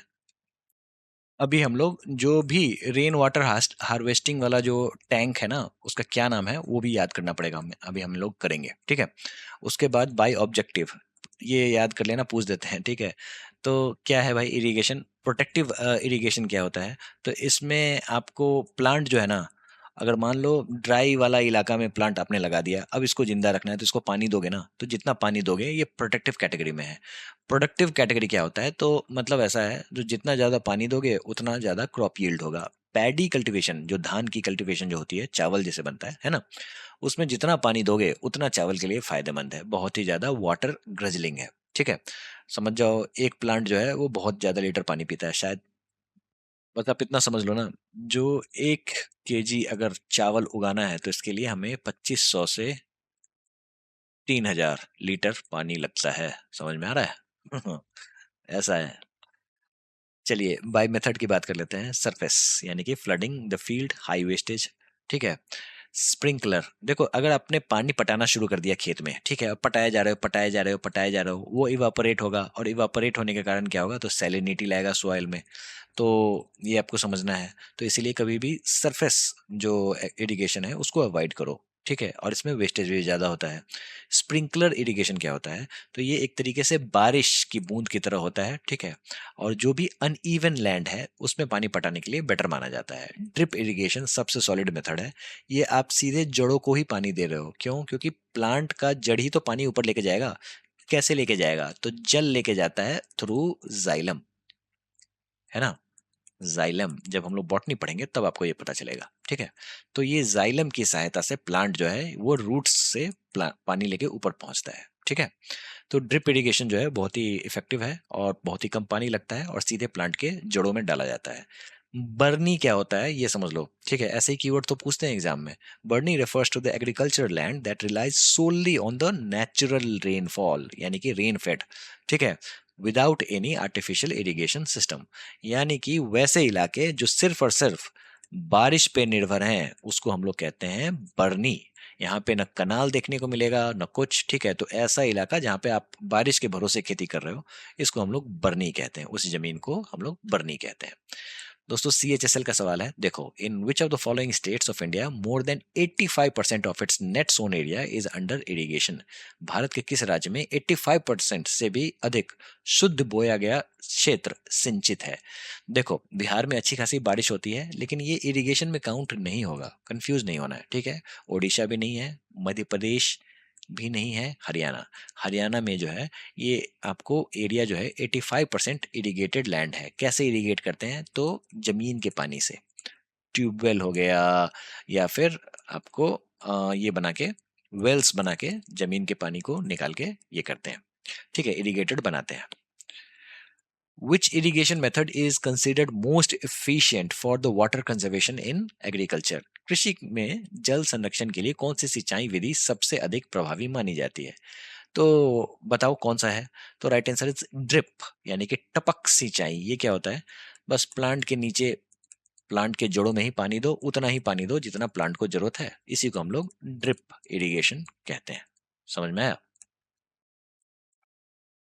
In India which of the following is a ground water based irrigation source? Bharat में निम्नलिखित में से कौन सा भूजल आधारित सिंचाई स्रोत है? आप बताइए कौन सा है? तो right answer is open well, है ना। रिवर कनाल नहीं होगा, पॉन्ड नहीं होगा, टैंक नहीं होगा, ठीक है। टैंक आपको डेक्कन प्लेट्यू के आसपास किया जाता है, ठीक है। लेकिन अभी भी हमारे देश में सबसे ज्यादा पानी जो है वो जमीन से ही निकाल के इसको इरिगेशन किया जाता है, यानी कि ओपन वेल, ट्यूब वेल, इसका ज्यादा सहारा लिया जाता है। यही है आपका नंबर वन सोर्स। क्लियर है? दोस्तों, अब क्रॉपिंग सीजन की बात कर लेते हैं। अब आपको चीजें समझनी ज्यादा जरूरी है, क्योंकि अब जिस एरिया में आप घुस रहे हो ना, वहां पे सबसे ज्यादा सवाल पूछते हैं। और अभी के पैटर्न के हिसाब से, अब पुराने पैटर्न के हिसाब से, दोनों से अच्छे खासे सवाल पूछे जाते हैं। तो हम लोग साथ साथ सवाल भी लगाते ही रहेंगे, ठीक है। देखो, हमारे यहाँ क्रॉपिंग सीजन क्या है, ठीक है। हमारे यहाँ जो एक साल का जो ईयर होता है, इसमें जो सीजन होता है, फसल के हिसाब से क्या क्या क्रॉपिंग सीजन होता है। पहली बात, साउथ इंडिया की बात कर लेते हैं, तो वहाँ पे कोई रिजिड सीजन नहीं होता है, कोई रिजिड सीजन का डिवीजन नहीं होता है। या तो ऊपर वाले को काउंट कर लो, लेकिन कोई रिजिड हिसाब किताब नहीं है, ठीक है। यानी कि आप किसी भी एरिया में जहाँ पे मॉइस्चर सफिशिएंट है, वहाँ के क्रॉपिंग पैटर्न के हिसाब से खेती कर सकते हो। यूजुअली 3 क्रॉप्स पर ईयर भी लिया जा सकता है। क्लियर है? सवाल बनते हैं, इंपॉर्टेंट है ये बात समझना। नॉर्दर्न और इंटीरियर इंडिया की बात कर लेते हैं। यहाँ पे है 3 सीजन, कौन कौन? तो खरीफ सीजन। खरीफ सीजन कब होता है? तो ये मानसून के साथ आता है। मानसून आपके कॉम्पिटेटिव एग्जाम्स में ये पूछेंगे, जो मानसून का पीरियड कब से कब तक है? तो जून टू सितंबर। खरीफ का सीजन कब से कब तक है? ठीक है। तो सीजन समझ जाओ, शुरुआत हो जाती है जून से। जैसे ही मानसून आया तो शुरुआत हो जाती है, ठीक है। और इसका हार्वेस्ट जो है वो अक्टूबर के दौरान लोग ले लेते हैं। क्या क्या है खरीफ फसल? सबसे पहले याद कर लेना, राइस और कॉटन। समझ में आ गया? तो जो भी वाटर ग्रजलिंग क्रॉप्स होंगे, जिसको पानी ज्यादा लगेगा, ठीक है, तो इसको खरीफ में ऑटोमेटिक काउंट करना है। तो राइस, कॉटन, जूट। दोस्तों, जूट आपको कहाँ देखने को मिलेगा? तो वेस्ट बंगाल वाले एरिया में देखने को मिलेगा। जो ये गंगा ब्रह्मपुत्र बेल्ट है, वहाँ पे अच्छी खासी जूट की खेती होती है। इंडिया की सबसे ज्यादा या फिर वर्ल्ड का सबसे ज्यादा जूट का खेती भी वहीं होता है, ठीक है। इसके अलावा ज्वार, बाजरा, तुअर, ये सारे के सारे खरीफ है, ठीक है। तो यानी कि यहाँ पे क्लाइमेट मैटर करता है, पानी तो मैटर करता ही करता है, ठीक है। क्लाइमेट भी मैटर करता है, इसीलिए ज्वार बाजरा भी आपको देखने को मिलता है, क्योंकि ज्वार बाजरा को पानी की कम रिक्वायरमेंट होती है as compare to rice, cotton, jute, ठीक है। राबी की बात कर लेते हैं। तो जैसे ही आपने यहाँ पे खरीफ की फसल ले ली, तो फिर ठंडी आ गई। ठंडी में आप राबी बो दो। राबी में क्या है? तो अक्टूबर नवंबर में आप इसको बो दो, ठीक है। मार्च अप्रैल तक ये चलेगा, पूरा का पूरा विंटर। इसमें वीट, ग्राम, मस्टर्ड। अब वीट जो है ये हम लोग टेम्परेट क्लाइमेट में उगाते हैं। तो हमारे यहाँ अगर नॉर्थ इंडिया में सीजन आता है, तो जब ठंडी पड़ रही होती है तो हम लोग उगा लेते हैं। समझ में आया? इसके अलावा ग्राम, मस्टर्ड, ये सारे के सारे जो है ना, सरसों की फूल जो है वो अक्सर ठंडी में आपको अच्छी खासी देखने को मिलेगी। बहुत सुंदर सुंदर खेत, आपको पीली पीली सरसों के फूल ठंडी में देखने को मिलते हैं, है ना। दोस्तों, अब इन दोनों सीजन के बीच में गैप आता है, ठीक है। कितना? तो अप्रैल से जून तक का सीजन जो है, यानी कि आपने राबी की फसल ले ली और अब आप वेट कर रहे हो किस चीज का? तो मॉनसून आने का, ताकि आप खरीफ बो सको, ठीक है। तो इस बीच में आप जायद लगा दो। जायद में क्या है? तो ये शॉर्ट समर सीजन है, और इसमें आपको पानी पटाना पड़ेगा। क्यों? क्योंकि आपको पटाना इसलिए जरूरी है पानी, क्योंकि इरिगेशन तो चाहिए होगा ना, रेन फेड वाला हिसाब किताब तो है नहीं, मानसून तो आया नहीं है ना। तो वाटरमेलन, कुकुम्बर, वेजिटेबल्स, फॉडर यहाँ पे आप उगा सकते हो। तो जायद के समय में बेसिकली वेजिटेबल्स उगाए जाते हैं, और जो पानी वाले जो फल होते हैं ना उनका सीजन यही होता है, ठीक है, यहीं पे इसकी बुआई हो जाती है, ताकि गर्मियों में आपको ठंडे ठंडे फ्रिज में से निकले हुए वाटरमेलन खाने को मिल जाए, ठीक है। चलिए दोस्तों, अब हम लोग एक सवाल को सॉल्व करते हैं। Categorisation of the cropping season does not exist in South India. दक्षिण भारत में फसल ऋतु का वर्गीकरण नहीं पाया जाता है। रीजन समझते हैं क्या है। The temperature are sufficiently high to grow tropical crops during any period in the year provided soil moisture is available. तो यानी कि मिट्टी में अगर नमी रहेगी तो टेम्परेचर वहां पे थोड़ा सा मॉडरेट ही रहता है। क्यों? क्योंकि हम लोगों ने समझा था ना, जो सी के कारण मॉडरेटिंग इफेक्ट हो जाता है ना। और जैसे जैसे आप अंदर जाते हो, जिसको हम लोगों ने समझा था कॉन्टिनेंटैलिटी में, याद आ रहा है कुछ? नहीं याद आ रहा है? आएगा, सवाल देखोगे तो याद आएगा। कॉन्टिनेंटैलिटी, ठीक है। तो ये जो आपका पेनिनसुलर इंडिया है, ठीक है, यहाँ पे टेम्परेचर जो है वो लगभग एक तरीके का सेम ही रहता है। तो बस मिट्टी में मॉइस्चर होनी चाहिए, नमी होनी चाहिए, तो खेती आप कर लोगे, 3 क्रॉप्स भी आप निकाल सकते हो। तो दोनों सही है, यानी कि एजर्शन भी सही है और रीजन भी करेक्ट एक्सप्लेनेशन है एजर्शन का। दोस्तों, इस बार के एसएससी फेज 13 का सवाल है, विच of the following is not a kharif crop. निम्नलिखित में से कौन सी खरीफ फसल नहीं है? राइस, कॉटन, व्हीट, मस्टर्ड, मेज, बार्ली, बताओ कौन सा नहीं है खरीफ। तो भाई व्हीट तो बिल्कुल नहीं है खरीफ, है ना। क्यों? क्योंकि ये राबी फसल है, ठंड में थोड़ी सी उगती है, ठीक है। तो 3 जहां पे है, वो नॉट पूछा जा रहा है ना, तो यानी कि ये ऑप्शन तो होगा ही होगा, तो यानी कि ऑप्शन नंबर सी। देखो, चावल जो है ये 100% खरीफ है, कॉटन आपका 100% खरीफ है। क से कॉटन, क से खरीफ, याद रख लेना, बहुत बार सवाल आते हैं, ठीक है। मस्टर्ड आपको ठंडी में उगती है, यानी कि राबी की फसल है, ठीक है। तो यस, जैसा कि हम लोगों ने देखा, और बार्ली जो है ये भी आपको राबी है, ठीक है। ग्राउंड नट, रागी, ज्वार, राइस, ये क्या है? In which of the following seasons कब उगाते हैं? तो जैसा ही राइस हमें दिख गया, आंख मूंद के खरीफ फसल लगा दो, खत्म काम, ठीक है। दोस्तों, in India rabi crops are typically sown in. Bharat में रबी फसलें सामान्यतः कब बोई जाती हैं? तो मानसून के समय में, जून टू सितंबर, है ना। तो आप कहाँ कब बोओगे बताओ? देखते हैं, जून टू सितंबर रहा ना monsoon, and harvested in winter, बिल्कुल सही बात है। दोस्तों, अब मेजर क्रॉप्स इन इंडिया की बात कर लेते हैं। दोस्तों, अगर मैं आपको मेजर क्रॉप्स इन इंडिया को वैसे बताऊं ना, तो ये लेक्चर पहुंच जाएगा 2 से ढाई घंटे का, ठीक है। तो वो नहीं करेंगे, एक टेबल में सारी चीजें एक साथ देख लेंगे, ठीक है। तो 3 टेबल लगेंगे हमें, ठीक है। एक तो प्लांटेशन वाला है, उसको अलग से देखेंगे, ठीक है। कैश क्रॉप, प्लांटेशन अलग से देखेंगे। और अब देख लेते हैं हम लोग मेजर क्रॉप्स हम लोग का कौन कौन सा है। शुरुआत करते हैं राइस से, ठीक है। कॉम्पिटेटिव एग्जाम्स में क्या क्या सवाल पूछे गए हैं वो मैं आपको यहीं पे बता दूंगा। राइस खरीफ सीजन में उगता है, इसको तो आपने समझ लिया अच्छे से, ठीक है। टेम्परेचर कितना चाहिए? तो देखो, राइस जो उगता है ना हमारे यहाँ ट्रॉपिक्स में उगता है, जम के उगता है, ठीक है। तो टेम्परेचर यहाँ पे आपको 25 डिग्री से ज़्यादा चाहिए होगा, ठीक है। क्यों, कैसे? तो मानसून में बारिश जब होती है तो टेम्परेचर अच्छा खासा होता ही है, ठीक है। तो 25 डिग्री, ठीक है। हाई ह्यूमिडिटी चाहिए ही होगा। रेनफॉल आपका 100 सेंटीमीटर से ज़्यादा होना चाहिए, इंपॉर्टेंट क्राइटेरिया है, पता होना चाहिए, सीधे सवाल पूछते हैं, ठीक है। तो आपको पता होगा, जो मानसून हमारे यहाँ आता है, जहाँ जहाँ राइस की खेती की जाती है, उसका जो ये जो है रेंज है जहाँ पे रेनफॉल होता है, ठीक है। रेनफॉल रेंज 100 सेंटीमीटर से ज़्यादा ही होता है। 100 सेंटीमीटर याद रखना है, पूछा हुआ सवाल है दोनों में, एसएससी और आरआरबी में। कहाँ कहाँ उगता है? तो प्लेन्स में, डेल्टा में, irrigated area, Assam, west Bengal, Orissa. दोस्तों, अब वेस्ट बंगाल, असम और उड़ीसा में ना, इसको कहते हैं औस, अमन और बोरो, यानी कि ये क्या है?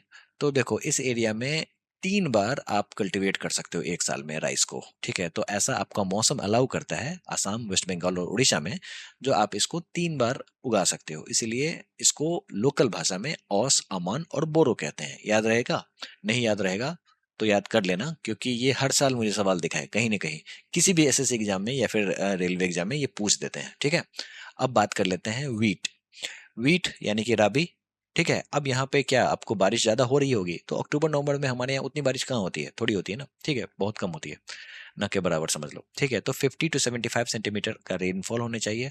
कूल सीजन, क्योंकि कूल टेम्परेट याद करो, है ना, सनशाइन भरपूर होनी चाहिए। कहाँ पे उगता है ये, तो गंगा सतलज प्लेन्स। अब देखो पंजाब वगैरह में आपको वीट की खेती सबसे ज्यादा होती है ना, तो Ganga Sutlej plain. Deccan black soil region जो है वहां भी होता है। अब ब्लैक सॉइल जो है वो चावल के लिए भी फेमस है और वीट के लिए भी फेमस है, ये आपको समझना होगा, ठीक है। मेज की बात करें तो मेज की क्या कहानी है, तो मेज है आपका खरीफ, कहीं कहीं पे राबी, ठीक है। 21 से 27 डिग्री सेल्सियस इसका टेम्परेचर होना चाहिए। कोल्ड ओल्ड एलुवियल सॉइल में ये उग जाता है। ओल्ड एलुवियल सॉइल को हम लोग क्या कहते हैं, तो याद करो दीदी तेरा भांजा खच्चर, तो भांजा जो है ना वो है भांगर। भांगर ओल्ड एलुवियल सॉइल होता है, और खच्चर यानी कि खद्दर, खद्दर जो है वो न्यू एलुवियल सॉइल होता है, ठीक है। तो मेज जो है वो थोड़ा सा ओल्ड एलुवियल सॉइल में भी अच्छे से उग जाता है। किस लिए यूज होता है, तो एक तो भाई फूड के लिए, आजकल फूड में बहुत ही ज्यादा यूज होता है। फॉडर के लिए, एनिमल के लिए ये अच्छा खासा फॉडर माना जाता है। कर्नाटका, मध्य प्रदेश, बिहार अच्छे से उगाया जाता है। मध्य प्रदेश में तो भाई साहब जम के उगाया जाता है, ये आप समझ लो। उसके बाद आ जाओ पल्सेस। पल्सेस जो है वो, इसका सीजन वेरी करता है, ठीक है। इसका काम क्या है ना, फल पल्स का एक सबसे अच्छा काम ये है जो ये नाइट्रोजन का फिक्सेशन करता है। अब आपको पता है जो मिट्टी में नाइट्रोजन का डिफिशियंसी हमेशा रहता है, किसी भी तरीके की मिट्टी होगी तो फिर नाइट्रोजन का डिफिशियंसी रहेगा ही रहेगा, तो फिर नाइट्रोजन आएगा कहाँ से। तो नाइट्रोजन का फिक्सेशन करता है आपको पल्स। पल्स कैसे करता है, तो पल्स की जड़ों में आपको बैक्टीरिया होता है, राइजोबियम बैक्टीरिया। अब वो क्या करते हैं ना, वो जो नोड्यूल्स में जो इनके जो बैक्टीरिया होते हैं वो नाइट्रोजन को फिक्सेशन का काम करते हैं। क्यों, क्योंकि जो 78% जो नाइट्रोजन एयर में है वो प्लांट नहीं ले सकता डायरेक्टली, उसको नाइट्रेट बनना पड़ेगा।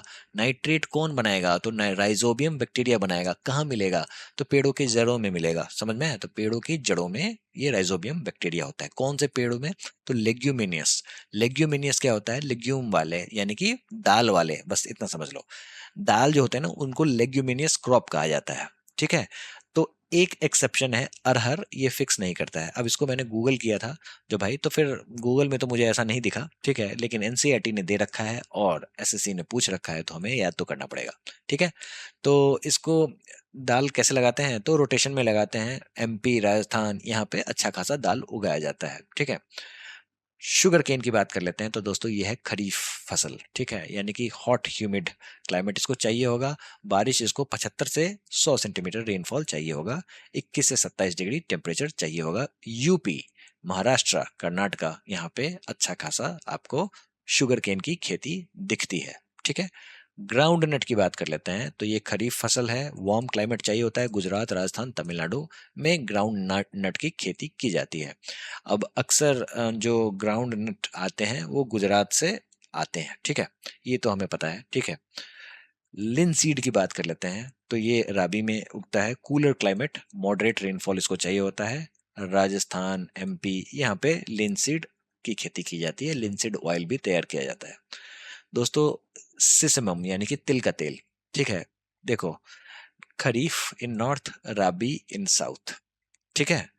खरीफ इन नॉर्थ, राबी इन साउथ पूछते हैं, इसलिए ये यहाँ पे डिमार्केशन मैंने कर दिया है। वार्म क्लाइमेट, वेरिड सॉइल, कहाँ पे, तो गुजरात, तमिलनाडु, आंध्र प्रदेश में इसकी खेती होती है। तो दोस्तों ये जो तेल निकालने वाले सीड होते हैं ना वो आपको गुजरात साइड में अच्छे खासे आपको देखने को मिल जाएंगे, या तो वो मूंगफली हो, सिसमम हो, है ना। तो यहाँ पे अच्छा खासा गुजरात, राजस्थान साइड में इनकी खेती होती है। कैस्टर सीड, पूछा हुआ सवाल ये है जो कौन सा ऐसा सीड है जो कि रबी में भी देखने को मिलता है और खरीफ में भी देखने को मिलता है, तो कैस्टर सीड, ठीक है। वार्म क्लाइमेट चाहिए होता है और वेल ड्रेन्ड सॉइल होता है, चाहिए होता है, कहाँ पे, तो गुजरात, राजस्थान। तो आपने देखा जो किस तरीके से सीड में गुजरात और राजस्थान जो है वो झंडा गाड़े हुआ है, समझ में आ रहा है। टी की बात कर लेते हैं। टी है आपका पेरिनियल, जैसा कि मैंने आपको बताया प्लांटेशन क्रॉप जो होते हैं ना वो हर साल मतलब एक ही क्रॉप, सिंगल क्रॉप पे फोकस करके किया जाता है, ठीक है। कहाँ पे, ट्रॉपिकल, सब tropical area, fertile well drained soil होना चाहिए और फ्रीक्वेंट शावर, मतलब ऐसा एरिया जहाँ पे पानी तो बरसना चाहिए लेकिन वो पानी रुकना नहीं चाहिए, ठीक है, वाटर लॉगिंग नहीं होना चाहिए। और ये डुआर जो है ना, आपको हिमालयन डुआर जो रीजन है वो बड़ा ही फेमस है। जो हम लोगों ने समझा वेस्ट बंगाल का जो इलाका है, दार्जिलिंग का जो इलाका है, आसाम का जो इलाका है ना, तो वहाँ पे टी का प्लांटेशन अच्छे से होता है, लेबर इंटेंसिव होता है। आसाम, वेस्ट बंगाल, तमिलनाडु, केरला, यहाँ पे टी का प्लांटेशन देखने को मिलेगा। कॉफी की बहुत ही अच्छी कहानी है। पहली बात, ये पेरेनियल है। क्यों? क्योंकि प्लांटेशन क्रॉप जो है वो हम लोगों ने समझा वो पेरेनियल होता है, एक ही सिंगल क्रॉप लगाया जाता है। ट्रॉपिकल, सब tropical, rich well drained soil, two types in India, arabica और रोबस्टा। एक और टाइप है लेकिन वो इंपॉर्टेंट नहीं है। कॉम्पिटेटिव एग्जाम्स में आपसे ये पूछा जाएगा, जो अरेबिका और रोबस्टा जो है वो किसके प्रकार हैं? तो वो कॉफी के प्रकार हैं। ठीक है। अब अरेबिका आपको यमन का ओरिजिन है। यमन कहाँ पे है? तो दोस्तों ये वेस्ट एशिया में है ना। और यहाँ पे क्या था ना, यमन में बाबा बुदान थे एक व्यक्ति, उन्होंने 7 बीज लिए हाथ में, 7 बीज, और लेके पहुंच गए कहाँ? इंडिया। और इंडिया के कर्नाटका के रीजन में इन्होंने उस बीज को लगा दिया। ठीक है। और वो आज के डेट में बाबा बुदान हिल्स के नाम पे जाना जाता है, कर्नाटका में है ये। ठीक है। और जम के खेती होती है इसकी, कॉफ़ी की, अरेबिका वाली वैरायटी की। रोबस्टा भी होती है, लेकिन अरेबिका रोबस्टा दोनों होती है। ठीक है। उसका नीलगिरी हिल्स, यानी कि कॉफ़ी की खेती कर्नाटका, केरला, तमिलनाडु यहाँ पे देखने को मिलती है, सबसे ज़्यादा कर्नाटका में देखने को मिलती है। ठीक है। तो चलिए यही कहानी है। देखो दोस्तों, यहाँ पे जो मैंने 3-3 नाम दिए ना, जो पहला वाला नाम होगा वो सबसे ज़्यादा खेती वहीं पे आपको देखने को मिलेगी। अब बात कर लेते हैं प्लांटेशन क्रॉप की। प्लांटेशन क्रॉप में तो हम लोगों ने टी कॉफ़ी देख ही लिया है, यही कहानी कंटिन्यूड है।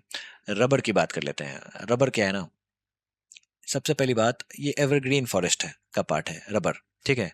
कहाँ पे देखने को मिलेगा? तो केरला, तमिलनाडु, कर्नाटका, अंडमान निकोबार आइलैंड्स, गारो हिल्स, मेघालय, यहाँ पे रबर की खेती होती है। यानी कि इक्वेटोरियल टू ट्रॉपिकल, सब ट्रॉपिकल रीजन में इसकी खेती की जाती है। ह्यूमिड मॉइस्ट क्लाइमेट चाहिए होता है।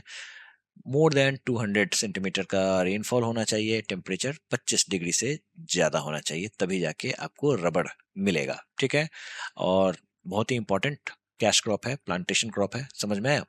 प्लांटेशन इसलिए क्योंकि एक ही एरिया में रबड़ ही उगाया जाता है, दूर दूर तक रबड़ ही उगाया जाता है ना। और कैश क्रॉप क्यों? क्योंकि रबड़ आप खा नहीं रहे होते हो, उसको इंडस्ट्री में यूज करोगे, है ना। कॉटन की बात कर लेते हैं, ये भी एक कैश क्रॉप है। Dryer part of black soil, cotton soil. दोस्तों ब्लैक कॉटन सॉइल, जिसको हम लोग रेगुर सॉइल भी कहते हैं, उसमें कॉटन की खेती अच्छी खासी होती है। ठीक है। कॉटन को उगाने के लिए हाई टेम्परेचर, लाइट रेनफॉल और इरिगेशन चाहिए होता है। ठीक है। और 210 फ्रॉस्ट फ्रीज डेज चाहिए होता है, याद कर लेना। ठीक है। और हमारे भारत में only genetically modified crop allowed है, वो है कॉटन। ठीक है। ये भी इंपॉर्टेंट है, पूछ देते हैं सवाल, कहाँ उगाओगे कॉटन को? तो फिर जो भी डेक्कन ट्रैप वाला इलाका है, जैसे महाराष्ट्र, गुजरात, मध्य प्रदेश, ठीक है, कर्नाटका, आंध्र प्रदेश, तेलंगाना, तमिलनाडु, और इसके अलावा पंजाब, हरियाणा, उत्तर प्रदेश, यहाँ पे कॉटन की खेती की जाती है। और यह है खरीफ क्रॉप, याद करना पड़ेगा। Second largest producer after China. ठीक है। दोस्तों जूट की बात कर लेते हैं। तो well drained fertile soil in flood plain, high temperature required. ठीक है। कहाँ पे जूट की खेती होती है? तो दोस्तों वेस्ट बंगाल, बिहार, आसाम, उड़ीसा, मेघालय, यहाँ पे जूट की खेती होती है सबसे ज्यादा। आपको वेस्ट बंगाल और बांग्लादेश वाला जो एरिया है ना, यानी कि गंगा ब्रह्मपुत्रा जो बेल्ट है, वहाँ पे अच्छी खासी जूट की खेती की जाती है। इसको गोल्डन फाइबर भी बुलाते हैं। क्यों? क्योंकि इसका इस्तेमाल गनी बैग में होता है, गोल्डन कलर का दिखता है, मैट, रोप, ये सारे बनाए जाते हैं। ठीक है। नेचुरल सिल्क की बात कर लेते हैं। तो दोस्तों नेचुरल सिल्क निकलता है कहाँ से? तो सिल्क वर्म जो है ना, वो आपको मिलेगा आपको मलबेरी ट्री में। ठीक है। मलबेरी ट्री के पत्तों को ये चबाता है। ठीक है। जिसको हिंदी में कहते हैं हम लोग सहतूत। सहतूत के पत्तों को ये चबाता है कौन? तो सिल्क वर्म। कौन सा सिल्क वर्म? तो इसका नाम है बॉम्बिक्स मॉरी। याद कर लेना, इंपॉर्टेंट है, पूछ देते हैं। ठीक है। तो नेचुरल सिल्क जो है वो बॉम्बिक्स मोरी सिल्क वर्म से लिया गया है। और इसको हम लोग सेरीकल्चर कहते हैं, मतलब सिल्क उगाने को हम लोग सेरीकल्चर कहते हैं। ठीक है। फ्रूट उगाने को हम लोग क्या कहते हैं? हॉर्टिकल्चर। देखा था ना हम लोगों ने, फ्लावर फ्रूट्स उगाने को हम लोग हॉर्टिकल्चर कहते हैं। ठीक है। विटीकल्चर किसको कहते हैं? तो विटीकल्चर हम लोग कहते हैं वो अंगूर वगैरह जो उगाना होता है, उसको हम लोग विटीकल्चर कहते हैं। समझ में आया? दोस्तों अब बात कर लेते हैं, एक बहुत ही इंपॉर्टेंट टाइमलाइन है। ठीक है। किसका? तो ग्रीन रिवोल्यूशन का ये टाइमलाइन है, समझना होगा आपको इस चीज को। ठीक है। यहाँ पे एग्रीकल्चर से जुड़े हुए जितने भी इंपॉर्टेंट चीजें जो लॉन्च हुई थी ना, उसी की बात यहाँ पे होगी। 1960 में इंटेंसिव एग्रीकल्चर डिस्ट्रिक्ट प्रोग्राम आया। ठीक है। एसएससी का फेवरेट सवाल है, पता होना चाहिए। ठीक है।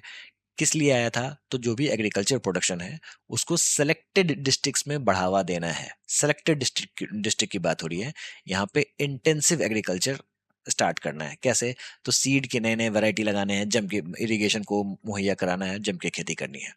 1963 में नेशनल सीड्स कॉरपोरेशन बनाया गया था, ठीक है। किस लिए? तो हाई यील्ड वैरायटी सीड्स के लिए, उसको प्रमोशन एंड ग्रोथ के लिए और डिस्ट्रीब्यूशन के लिए, ठीक है। 1965 में ग्रीन रिवॉल्यूशन को इनिशिएट किया गया था। इसके पीछे जो भी कहानी है वो हम लोग आगे समझेंगे, बस इतना अभी आप समझ लो, ठीक है। ये शुरुआत में पंजाब, हरियाणा और उत्तर प्रदेश में स्टार्ट किया गया था, ठीक है। और यहाँ पे हाई यील्ड वैरायटी सीड्स का इस्तेमाल किया गया था। यही बार बार पूछते हैं, लो हैंगिंग फ्रूट है, पता होना चाहिए।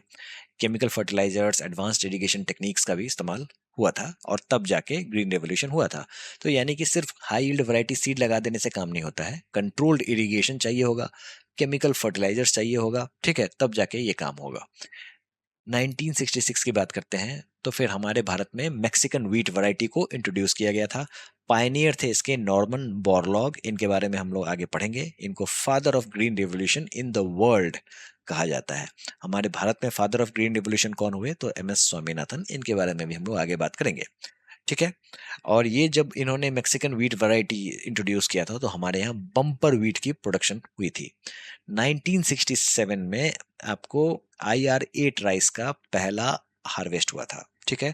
और इस IR8 राइस को मिरेकल राइस भी कहते हैं क्योंकि इसका यील्ड जो था वो एक्सेप्शनल था। 1968 में इंदिरा गांधी ने व्हीट रेवोल्यूशन का स्टाम्प रिलीज किया था, ठीक है। पूछा हुआ सवाल है इसलिए ये इंक्लूडेड है। 1970 की बात करते हैं तो ऑपरेशन फ्लड लॉन्च किया गया था, व्हाइट रिवॉल्यूशन जिसको कहा गया था। और इसके आर्किटेक्ट थे वर्गीज कुरियन, जिन्होंने अमूल को फाउंड किया था ना, उसी की बात हो रही है, ठीक है। और इस तरीके से इन्होंने नेशन वाइड मिल्क ग्रिड बनाया था, ठीक है, मतलब देख नेटवर्क बनाया था, ठीक है। 1970 में ही मिड 1960s से लेके मिड 1970s के बीच में फर्स्ट ग्रीन रिवॉल्यूशन आया, यानी कि 1965 में ग्रीन रिवॉल्यूशन का इनिशिएशन हुआ था, ठीक है। मेजर क्रॉप्स भी पूछ देते हैं तो व्हीट और राइस, प्राइमरली पंजाब, हरियाणा और उत्तर प्रदेश, ठीक है। और इससे क्या हुआ था? तो सिग्निफिकेंट क्रॉप प्रोडक्टिविटी और एग्रीकल्चर एकरेज बना था। इसके बारे में हमें एक्स्ट्रा बात करनी ही पड़ेगी, ठीक है। तो आगे हम लोग बात करेंगे, बस अभी आप टाइमलाइन देख लो, ठीक है। दोस्तों second phase of green revolution कब आया था? तो 1973 टू 1974, SSC का सवाल है, इसीलिए आपको ये टाइमलाइन दिख रहा है, ठीक है। क्या हुआ था? तो देखो जैसा कि हम लोगों ने देखा ना, जो पंजाब, हरियाणा और उत्तर प्रदेश में ग्रीन रेवोल्यूशन का इनिशिएशन हुआ था, तो 1973 और 1974 में इसका एडिशनल स्टेट्स में एक्सपेंशन हुआ था, ठीक है। और क्रॉप्स में भी डाइवर्सिफिकेशन देखने को मिला था। पहले तो भाई व्हीट और राइस यही उगा रहे थे, अब बाकी के क्रॉप्स पे भी फोकस गया था, ठीक है। 1980s की बात कर लेते हैं तो फिर ये कंटिन्यूएशन और एक्सपेंशन जो था वो कंटिन्यूड था, ठीक है। और हम लोगों ने हाई यील्ड वैरायटी को और भी डिफरेंट रीजन्स में इंट्रोड्यूस किया था, ठीक है। इसके अलावा केमिकल फर्टिलाइजर्स और पेस्टिसाइड्स का ये बढ़ गया, इनपुट बढ़ गया था। दोस्तों 1990s की बात कर लेते हैं तो beginning of second green revolution. दोस्तों जब आप सेकंड ग्रीन रेवोल्यूशन को गूगल करोगे तो आपको कोई एक पर्टिकुलर डेट नहीं देखने को मिलेगा, लेकिन बिगिनिंग अगर माना जाए, अगर SSC के सवालों को ही ध्यान में रखते हुए बिगिनिंग माना जाए तो 1990s, ठीक है। 1991 2003 में golden revolution in horticulture and honey start हुआ, इसके बारे में हम लोग आगे बात करेंगे। 2000 में national mission for sustainable agriculture NMSA launch हुआ, ठीक है। 2010 में introduction of evergreen revolution concept, सिर्फ कॉन्सेप्ट की बात हो रही है। ये एवरग्रीन रिवॉल्यूशन का कॉन्सेप्ट किसने दिया था? तो MS स्वामीनाथन ने दिया था, याद कर लो ये नाम, ठीक है। इनको ये भी मिला था, भारत रत्न भी मिला था, तो इंपॉर्टेंट तो है ही, वैसे भी इनके बारे में आपको पढ़ना है। जिनको भारत रत्न मिल गया उनको पढ़ना ही पढ़ना है आपको, ठीक है। सस्टेनेबल एग्रीकल्चर प्रैक्टिसेस के लिए इन्होंने एवरग्रीन रिवॉल्यूशन की बात की थी। सस्टेनेबल क्यों? क्योंकि जो ग्रीन रिवॉल्यूशन जो था ना, इसमें बहुत ही ज्यादा नेगेटिव एक्सटर्नैलिटीज थी। नेगेटिव एक्सटर्नैलिटीज क्या होती हैं? तो देखो आपका टारगेट है जो भाई, मतलब फूड सिक्योरिटी होनी चाहिए, है ना, जम के उत्पादन उत्पादन होगा, लेकिन आपको ये देखना है जो इस उत्पादन के चक्कर में क्या चीजें नीचे चली गई, जमीन की क्वालिटी नीचे चली गई, बहुत ही ज्यादा इनइक्वालिटी फैल गया समाज में, तो ये सारे के सारे नेगेटिव एक्सटर्नैलिटीज हैं, समझ में आया? तो नेगेटिव एक्सटर्नैलिटीज यही होता है। जैसे मतलब आपको, आपके पास मोटरसाइकिल है, आप मोटरसाइकिल से कहीं भी ट्रेवल कर सकते हो, लेकिन नेगेटिव एक्सटर्नैलिटीज ये है जो पेट्रोल से, इस बाइक से निकलेगा धुआं, और ये धुआं करेगा पोल्यूशन, समझ में आया? तो ये है निगेटिव एक्सटर्नैलिटीज। 2011 की बात कर लेते हैं। अब यहाँ पे सेंसस हुआ था, उसी का डेटा है 2011 का, ठीक है। सेंसस डेटा के हिसाब से 54.6% जो टोटल वर्क फोर्स है ना, वो एग्रीकल्चर पे इंगेज्ड है और इससे जुड़े हुए एलाइड सेक्टर एक्टिविटीज में जुड़ा हुआ है, ठीक है। और एग्रीकल्चर सेंसस जो है ना, वो हर 5 साल पे होता है, ये बात भी समझनी होगी। दोस्तों अब बात कर लेते हैं ग्रीन रिवॉल्यूशन की, 1960 से लेके 1970 तक। देखो, ऐसा है ना, जो कहानी आप अगर आप इसको समझोगे वो इंपॉर्टेंट है, ठीक है। उसके बाद हम लोग चीज़ों को समझते हैं। देखो, हमें आज़ादी कब मिली थी? तो 1947 में आज़ादी मिल गई थी और हम लोगों ने 1950 से अपने आप को रिपब्लिक घोषित कर दिया था। लेकिन जब रिपब्लिक जब घोषित किया ना, तो फिर अंग्रेज तो भाई बोले कि हम तो चले, हम लोग तो चले, और अब आपकी जिम्मेदारी है आप अपने लोगों का पेट कैसे भरेंगे। बहुत ही बड़ा चैलेंज था। इसके लिए हम लोगों ने प्लान्स बनाए, 5 ईयर प्लान्स बनाए, है ना। लेकिन बात है 1943 की। 1943 में क्या होता है, जो बहुत ही बड़ा मैसिव फेमाइन आता है। और क्यों आता है? तो ये ह्यूमन इंड्यूस्ड फेमाइन है। देखो, ब्रिटिशर्स ने बहुत ही ज्यादा भारत को डैमेज किया है, ठीक है। और भारत अपने पॉपुलेशन के कारण डैमेज तो हुआ ही हुआ है, नो डाउट, ठीक है। लेकिन ब्रिटिशर्स ने कोई कोना नहीं छोड़ा हमें डैमेज करने के लिए, ठीक है। तो उस समय में बहुत ही बड़ा 1943 में फेमाइन आया और इसको ह्यूमन इंड्यूस्ड फेमाइन भी कहते हैं। क्यों? क्योंकि वर्ल्ड वॉर सेकंड चल रहा था, तो हमने क्या किया था ना, जो सैनिकों का पेट भरने के लिए, या फिर जो ब्रिटेन में जो ये चल रहा था, मतलब वॉर लाइक कंडीशन चल रहा था, तो पेट भरने के लिए हम लोगों ने बहुत ही ज़्यादा अपना अनाज उधर भेज दिया, उधर डाइवर्ट कर दिया, और इधर बहुत लोग मर गए। कितने लोग मर गए? तो 30 लाख से ज़्यादा, समझ रहे हो? ये नंबर छोटा नहीं है, 30 लाख बहुत बड़ा नंबर है। तो इतना नुकसान ब्रिटिशर्स ने हमारा किया है। तो फिर जब हमें आज़ादी मिली तो बहुत ही बड़ी जिम्मेदारी थी, जो भाई ऐसा है, जो आप अपने लोगों का पेट भरो, ठीक है। अब ये पेट भरना धीरे धीरे मुश्किल क्यों होता चला गया, वो समझो। ये है हमारा प्यारा सुंदर भारत, ठीक है। ये राजस्थान, ये गुजरात, ठीक है, ठीक है, ये भारत है। और यहाँ पे एक जगह है म्यांमार, जो पहले बर्मा के नाम से जाना जाता था। उस समय में ये धान का कटोरा हुआ करता था। मतलब ये पूरा का पूरा एरिया जो है ना, वो इरावदी रिवर से ये होता था, आपको इरिगेट होता था, और मॉनसून जो है अच्छा खासा इधर से क्रॉस करता था। वो आप तो आपको पता ही होगा, जो नॉर्थ ईस्ट मॉनसून इधर से निकलता है ना। तो इसको धान का कटोरा कहते थे। और इस ये हमसे अलग हो गया 1937 में। ब्रिटिशर्स ने इसको 1935 के जो आया था ना गवर्नमेंट ऑफ इंडिया एक्ट, उसके हिसाब से म्यांमार को अलग कर दिया। 1937 से ये अलग हो गया। तो धान हमारा जो मेजर सप्लायर था वो छिन गया। इधर आ जाओ, पाकिस्तान, 1947 में पाकिस्तान भी अलग हो गया। अब यहाँ पे आपको पता है, जो पंजनाद वाला जो रिवर वाला इधर वाला जो इलाका है, यहाँ पे अच्छा खासा व्हीट उगाया जाता था, ठीक है। तो ये भी कट के अलग हो गया। अब करे तो करे क्या? तो फिर बचा हमारा प्यारा भारत। तो जब आजादी हमें मिली थी, तो उसके बाद आपको दो कॉन्सिक्यूटिव, कॉन्सिक्यूटिव मतलब लगातार, कॉन्सिक्यूटिव सूखा पड़ गया। सूखा पड़ जाने के बाद जवाहरलाल नेहरू थोड़े सोच में पड़ गए, जो करे तो करे क्या, ठीक है। उनकी मृत्यु भी होगी 62 में, है ना। फिर हम लोगों ने वॉर देखा, चाइना के साथ 62 में वॉर देखा, पाकिस्तान के साथ 1965 में वॉर देखा। स्थिति बहुत ही बेकार हो गई, ठीक है। अब हमारे खाने के लाले पड़ने शुरू हो गए थे, इसमें कोई दो राय नहीं है। इसी बीच में 1954 में आपको यूएस का प्रेसिडेंट हुआ करता था आइजनहावर, ठीक है। उसने एक पॉलिसी एक लॉन्च की थी, एक स्कीम लॉन्च की थी, जिसका नाम था PL 480, यानी कि पब्लिक लॉ 480।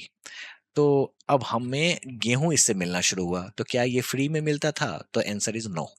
लेकिन एक कंडीशन ये था, जो अब अमेरिका वाले बोल रहे थे, जो भाई तुम डॉलर में पेमेंट मत करना, क्योंकि आपको पता है जो डॉलर जो है वो इंटरनेशनल करेंसी है, सारी चीजें डॉलर के हिसाब से पेक्ड होती हैं, है ना। तो इन्होंने कहा जो तुम भारत वाली करेंसी में ही कर दो, इंडियन करेंसी में ही कर दो। ये छूट थी, और हम लोगों ने पब्लिक लॉ से गेहूं मंगाना शुरू कर दिया था, ठीक है। तो ये जो गेहूं आता था ना, वो था लाल गेहूं। लाल गेहूं क्या था?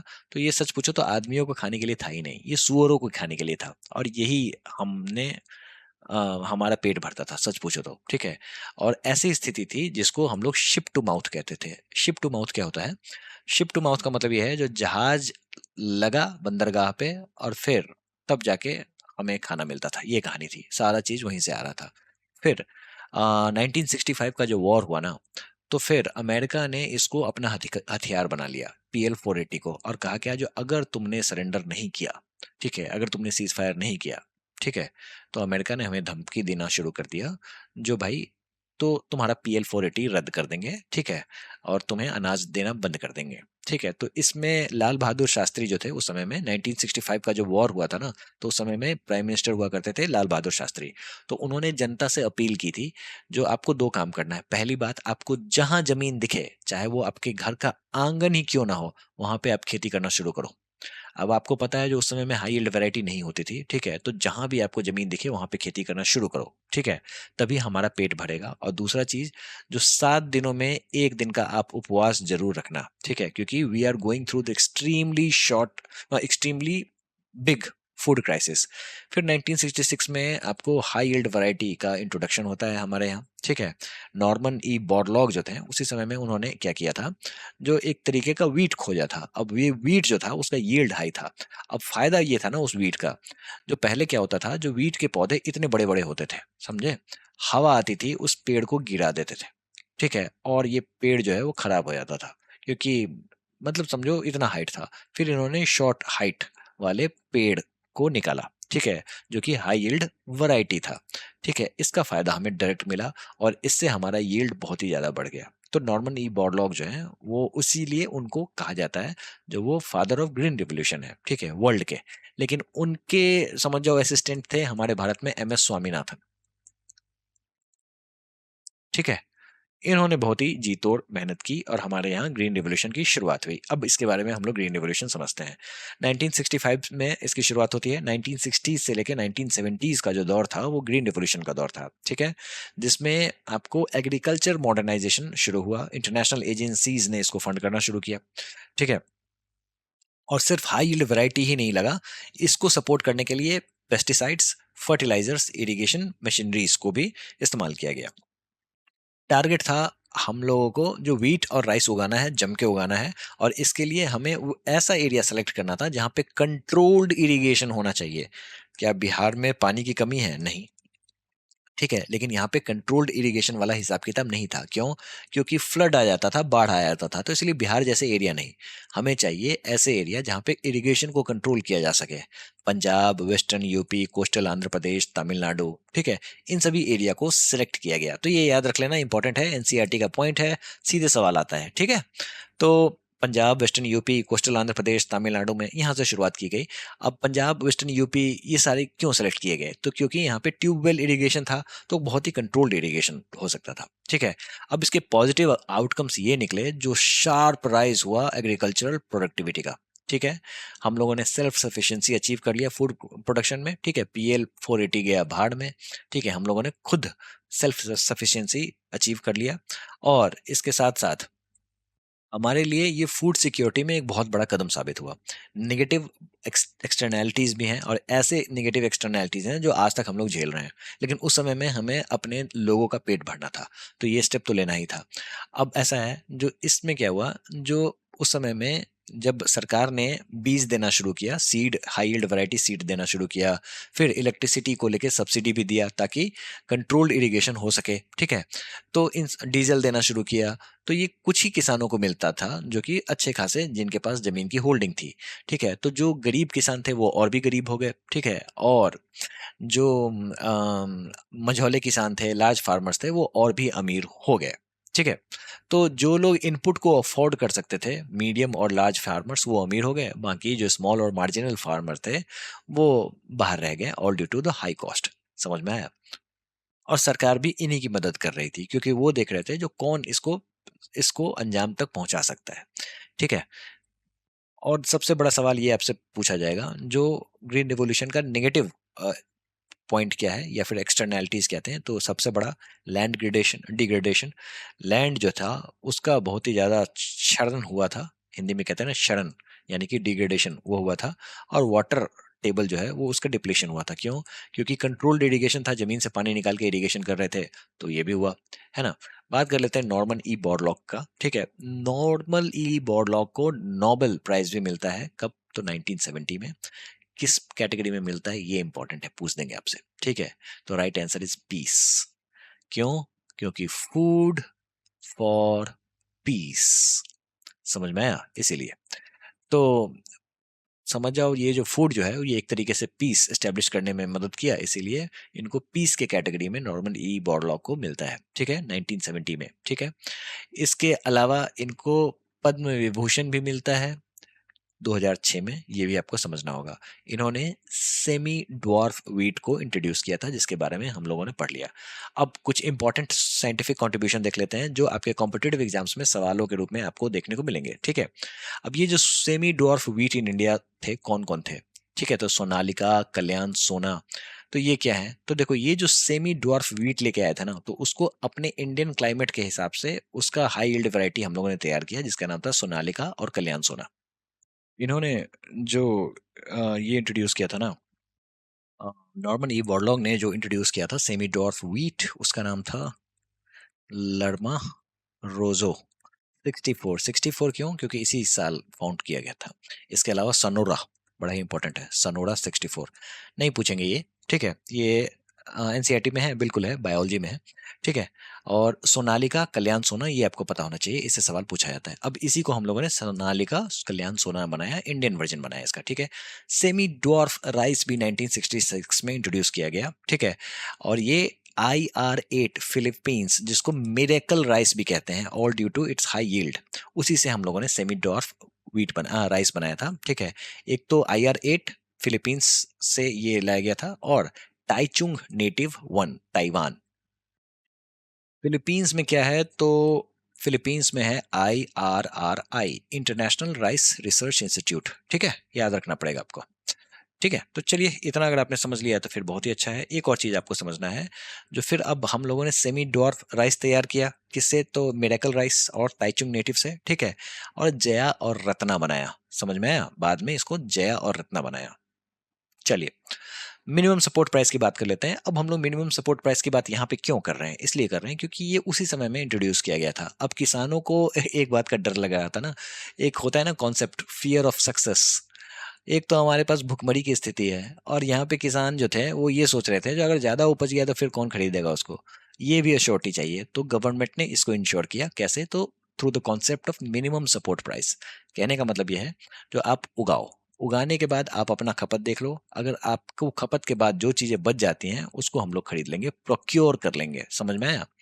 प्रोक्योरमेंट कैसे करेंगे? तो इसके लिए एक प्राइस निर्धारित कर देंगे, ठीक है। तो पहला क्रॉप जो इस कवरेज में आया वो था व्हीट, ठीक है। तो मिनिमम सपोर्ट प्राइस कब आया था? तो ग्रीन रिवोल्यूशन के समय ही इसको इंट्रोड्यूस किया गया था, समझ में आया? तो उस समय में आपको एग्रीकल्चरल कमीशन फॉर प्राइसिंग बना था 1965 में, और इसको आगे चल के 1985 में commission for agriculture cost and prices कर दिया गया, ठीक है। और वही निर्धारित करता है जो एमएसपी क्या होगा, किस दाम पे हम लोग चीजों को खरीदेंगे। पूछा जाएगा आपके कॉम्पिटेटिव एग्जाम्स में, एमएसपी कौन निर्धारित करता है? तो सीएसईपी इंपॉर्टेंट है, ठीक है। दोस्तों, इसी समय में हमें हमें फूड भी स्टोर करना था, तो कैसे करेंगे? तो इसलिए हम लोगों ने फूड कॉर्पोरेशन ऑफ इंडिया भी बनाया 1965 में, ठीक है, through the food corporation act 1964। आज के डेट में हम लोग एमएसपी के तहत 23 कमोडिटीज को इंश्योर करते हैं। कौन कौन? तो इसमें 7 सीरियल्स हैं, 5 पल्सेस हैं, 7 ऑयल सीड्स हैं, और 4 कमर्शियल क्रॉप्स हैं। दोस्तों, एग्रीकल्चरल रिवॉल्यूशन की बात कर लेते हैं, बड़ा ही इंपॉर्टेंट है, मजा आएगा, ठीक है। एग्रीकल्चरल रिवॉल्यूशन क्या? तो दोस्तों, सिर्फ हमें गेहूं और चावल उगाने से काम तो नहीं चलेगा ना, बाकी की चीज़ों में भी रिवॉल्यूशन चाहिए होगा ना। तो शुरुआत तो हम लोग करेंगे ग्रीन रिवॉल्यूशन से ही। Norman E Borlaug, father of green revolution in India इनको कहा जाता है। MS स्वामीनाथन जो है, इनको कहा जाता है father of green revolution in India. यानी कि ग्रीन रिवॉल्यूशन के फादर कौन हुए? तो Norman E Borlaug. Green revolution के भारत में फादर कौन हुए? तो MS स्वामीनाथन। क्लियर है? इतना समझ में आया? तो इन दोनों की तो देन तो थी, लेकिन पॉलिटिकली भी हमें बहुत ही ज्यादा स्ट्रांग होना पड़ता। तो इसके लिए विजनरी निकले आपको चिदम्बरम सुब्रमण्यम, ये नाम भी याद रख लेना, क्योंकि इनको भी भारत रत्न मिला हुआ है, ठीक है। जिनको जिनको भारत रत्न मिला है वो नाम तो आपको पता ही होना चाहिए। इनको पॉलिटिकल फादर ग्रीन रिवॉल्यूशन का कहा जाता है, ठीक है। ये कौन है? तो ये हैं दिलबाग सिंह अठवाल, इनको फादर ऑफ व्हीट रिवॉल्यूशन कहा जाता है, ठीक है। तो ये सारी चीजें आपको पता होनी चाहिए। दोस्तों, एसएससी का जो एग्जामिनेशन था ना, ठीक है, जो पहले 2024 से पहले लिया जाता था, ठीक है, 2024 से पहले या फिर 2024, हाँ 2024 से पहले, ठीक है। तो आपको ग्रीन रेवोल्यूशन से एक सवाल रहेगा ही रहेगा, दुनिया इधर से उधर हो जाए, एक सवाल जरूर रहेगा ग्रीन रेवोल्यूशन से, ठीक है। इसीलिए आपको यहाँ पे थोड़ा सा ग्रीन रेवोल्यूशन ज्यादा पढ़ना पड़ता है। क्यों? कौन जानता है यार, फिर से सवाल पूछ दें, कौन जानता है। तो हमें तो इस तरीके से तैयारी करनी पड़ेगी जो सारी चीजें कवर हो जाए। व्हाइट रिवॉल्यूशन की बात कर लेते हैं। 1970s में ये जो व्यक्ति है ना, इनका नाम है डॉक्टर वर्गीज कुरियन, ठीक है। बहुत ही बड़े विजनरी थे। इन्होंने ऑपरेशन फ्लड लॉन्च किया था। Sharp increase in milk production देखने को मिला, ठीक है। और देखो हमारा भारत जो था वो सेल्फ रिलायंट नहीं था मिल्क के मामले में, आज के डेट में है, ठीक है। और ये देन है इन्हीं का, ठीक है। और हम लोग वर्ल्ड के लार्जेस्ट प्रोड्यूसर बन चुके हैं। दोस्तों ब्लू रिवॉल्यूशन की बात कर लेते हैं। तो ब्लू रिवॉल्यूशन जो था उसके फादर कौन थे? तो हीरालाल चौधरी और डॉक्टर अरुण कृष्णन, ठीक है। ब्लू रिवॉल्यूशन का मतलब क्या है? तो देखो, sponsored by fish farmers development agency. अब आपको समझ में आ गया जो किसके लिए था, तो फिशर्स के लिए था, है ना। सेंट्रल गवर्नमेंट ऑफ इंडिया इसको 7th 5 ईयर प्लान में इसको इंक्लूड किया गया था। किस लिए? तो सिर्फ फिश ही नहीं, मरीन प्रोडक्ट्स जो है उसमें भी रैपिड इंक्रीमेंट चाहिए होता था प्रोडक्शन के लिए, ठीक है। और नेल्लोर डिस्ट्रिक्ट जो है आंध्र प्रदेश का, उसको श्रिम्प कैपिटल कहा जाता है। ये बात भी आपको पता होनी चाहिए, ठीक है। तो ये हैं अरुण कृष्णन और ये हैं हीरालाल चौधरी। सिल्वर रेवोल्यूशन किस लिए था? तो 1969 में, 1978 में, इसी के दौरान सिल्वर रेवोल्यूशन लाया गया था इंदिरा गांधी के द्वारा, ठीक है। किस लिए? तो एग प्रोडक्शन को आगे बढ़ाओ। तो देखो ऐसा है ना, जो हमारे यहाँ प्रोटीन इनटेक को भी आगे बढ़ाना है, ठीक है। तो वो एग जो है ना इंश्योर कर सकता था, ठीक है। अगर हम लोग मिड डे मील वगैरह में एग को इंट्रोड्यूस कर दें, ठीक है, तो फिर बच्चों की प्रोटीन रिक्वायरमेंट को मीट किया जा सकता है, ठीक है। और हमारे यहाँ क्या है ना, जो प्रोटीन अभी भी बहुत ही बड़ा डिफिशियंसी है प्रोटीन का। और यही कारण है जो इसके कारण बच्चे में बीमारियां देखने को मिलती थी, ठीक है। कौन सी बीमारी? तो बच्चे जो सुखड़ी नहीं हो जाते हैं, जिसको हम लोग बीमारी कहते हैं, कवाशिकोर, अगर मैं स्पेलिंग सही लिख रहा हूँ, और मैरस्मस, प्रोटीन की डेफिशिएंसी से ये सारी चीजें होती हैं। समझ में आया? तो इसको एड्रेस करने के लिए हमें चाहिए था सिल्वर रेवोल्यूशन। समझ में आया? पिंक रेवोल्यूशन की बात करें तो father of pink revolution Durgesh Patel, ठीक है, पोल्ट्री और मिल्क प्रोसेसिंग के लिए, ठीक है। और इसके अलावा अनियन, ड्रग्स, प्रॉन्स, ये सारे के सारे इसी कैटेगरी में आते हैं। रेड रेवोल्यूशन की बात करें तो विशाल तिवारी जो हैं उनको फादर ऑफ रेड रेवोल्यूशन कहा जाता है। ये सारे के सारे सवाल आपको सीजीएल सीएचएसएल में पूछते रहते हैं। अब तो सीएचएसएल में ज्यादा पूछते हैं, ठीक है। तो किस लिए था रेड रेवोल्यूशन? तो टमाटो मीट प्रोडक्शन के लिए। गोल्डन रेवोल्यूशन की बात करें, सबसे ज्यादा सवाल पूछते हैं, तो निरपक्ष तुतेज नाम याद कर लेना, इनको फादर ऑफ गोल्डन रेवोल्यूशन कहा जाता है। किस लिए? तो horticulture, honey production. Golden fibre revolution, ये किस लिए? तो गोल्डन फाइबर का मतलब होता है जूट, जूट प्रोडक्शन के लिए, ठीक है। कॉटन के बाद ये सबसे ज्यादा यूज किया जाने वाला फाइबर है, ठीक है। येलो रिवॉल्यूशन की बात करें तो सैम पिट्रोडा। सैम पिट्रोडा कौन थे? तो कांग्रेस गवर्नमेंट में इन इस समय में सैम पिट्रोडा का नाम बहुत ही ज्यादा आपने सुना होगा। तो देखो हमारे यहाँ जो ये क्रांति आई थी ना, जो कम्युनिकेशन, टेलीकम्युनिकेशन की क्रांति आई थी राजीव गांधी के समय में। तो उस समय में टेलीकम्युनिकेशन आपने देखना देखना शुरू किया होगा, जो घर घर लग रहा है, ठीक है। तो इसके पीछे में सैम पिट्रोडा ही थे, ठीक है। हाल ही में इन्होंने रिजाइन दे दिया था इससे, कांग्रेस से। क्यों? क्योंकि उल्टा सीधा बयान ये देते रहते हैं, ठीक है। तो yellow revolution, oil seed production, specially mustard and sunflower, ये भी श्रेय इन्हीं को जाता है। ब्लैक रिवोल्यूशन की बात करें तो क्रूड ऑयल प्रोडक्शन के लिए, ठीक है, creation of biodiesel, blending ethanol with gasoline. और इथेनॉल ब्लेंडिंग अभी हमारे यहाँ कितना हो गया है? तो 20%, यानी कि पेट्रोल में अब हम लोग 20% इथेनॉल मिलाना शुरू कर दिया हम लोगों ने। Protein revolution, Narendra Modi. तो जो Indira Gandhi silver revolution carry की थी, अब यहाँ पे मोदी जी जो हैं वो प्रोटीन रेवोल्यूशन कैरी कर रहे हैं। 2014 में इन्होंने इंट्रोड्यूस किया था और इसको इन्होंने सेकंड ग्रीन रेवोल्यूशन का दर्जा दिया था, ठीक है। ब्राउन रिवोल्यूशन की बात करें तो लेदर और कॉफी के प्रोडक्शन के लिए है। ग्रे रिवोल्यूशन की बात करें तो फर्टिलाइजर के लिए है। बहुत बार सवाल पूछते हैं, ठीक है। तो कभी भी क्लियर डिमार्केशन दिख गया ना आपको, जैसे फर्टिलाइजर के लिए ग्रे, अब ब्राउन रिवोल्यूशन में आपको लेदर भी दिख रहा है, कॉफी भी दिख रहा है, तो ये क्लियर डिमार्केशन नहीं है। लेकिन फर्टिलाइजर प्रोडक्शन में ग्रे रिवोल्यूशन जो है वो क्लियर डिमार्केशन है, तो ये तो पता ही होना चाहिए।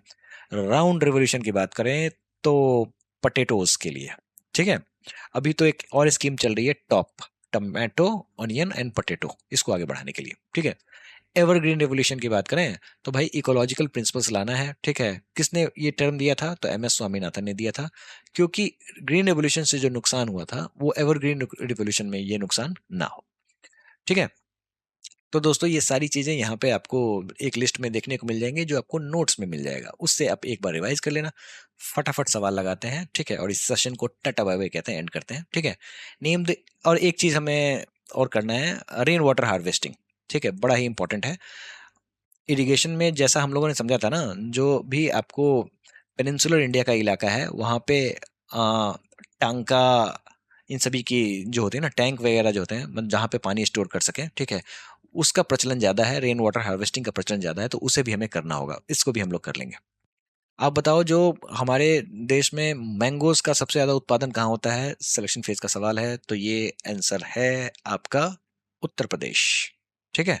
उत्तर प्रदेश में सबसे ज्यादा आम की प्रोडक्शन होता है। दशहरी, लंगड़ा, चौसा सारे वहीं पे आपको देखने को मिल जाएंगे, ठीक है।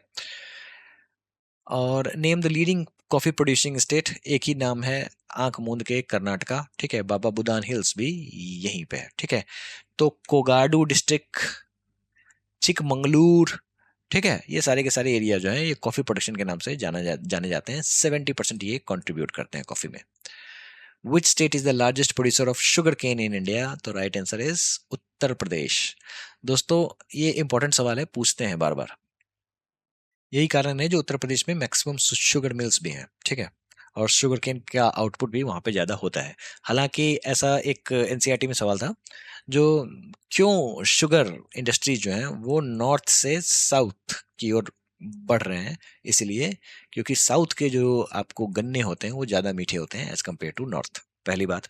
तो यानी कि जो भी गन्ना यहाँ पे क्रशिंग होगा जिसका साउथ में, ठीक है, उससे यील्ड ज्यादा निकलेगा, ज्यादा चीनी बनेगा, ज्यादा मीठा बनेगा, ठीक है। Which are the following agro climatic and the soil conditions is most suitable for the cultivation of wheat? बताओ वीट के लिए कौन सा क्लाइमेट होना चाहिए? स्टेनो का सवाल है, 2025 का सवाल है। सबसे पहली बात, टेम्परेट कीवर्ड है ना, टेम्परेट मिल गया। Cool winter, warm summer, clayey, loamy, soil. चलिए, match the following cropping seasons with the major crops, निम्नलिखित फसल ऋतुओं को उनकी प्रमुख फसलों से मिलाइए। स्टेनो का ही सवाल है।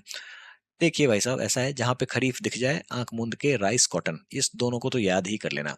जहां रबी दिख जाए आप व्हीट ग्राम याद ही कर लेना। इसके अलावा सरसों, सरसों के पीले पीले फूल ठंडी में अच्छे लगते हैं, है ना। और जायद का मतलब वेजिटेबल्स, फ्रूट्स एंड फॉडर। आसान सा सवाल है, छूटना नहीं चाहिए।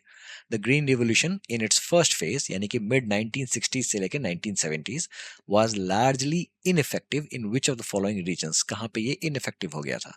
जहां पे कंट्रोल्ड इरिगेशन नहीं होगा। The right answer is Bihar. समझ में आया? एक तो यहाँ पे जो लैंड होल्डिंग साइज है वो भी कम है, जैसा कि हम लोगों ने देखा 86% जो लोग हैं हमारे भारत में वो 2 हेक्टेयर से कम लैंड होल्ड करने वाले हैं, तो ऐसी संख्या आपको बिहार में ज्यादा है। दूसरी बात, हाई कॉस्ट था HIV का, मतलब HYB का, तो हाई यील्ड वैरायटी खरीदने वाले भी कम किसान थे। यही कारण है जो बिहार में ये फेल हो गया था। और वैसे सरकार ने सब्सिडी भी नहीं दिया था, वहां पे ध्यान ही नहीं दिया था। उन्हें पता है जो हमें वेस्टर्न यूपी पे ध्यान देना है, हरियाणा में ध्यान देना है, कोस्टल आंध्र प्रदेश और तमिलनाडु में ध्यान देना है, ये नाम याद रखना। विच of the following is not a cropping season in India? बताइए भाई साहब, कौन सा क्रॉपिंग सीजन इंडिया का नहीं है? बर्नी नहीं है। बर्नी होता क्या है? बड़ा ही इंपॉर्टेंट वर्ड है बर्नी। तो दोस्तों वैसे इलाके, याद करो, याद करो, बताया मैंने, वैसे इलाके जो कि पूरे के पूरे रेन पे निर्भर रहते हैं, किस लिए? खेती के लिए।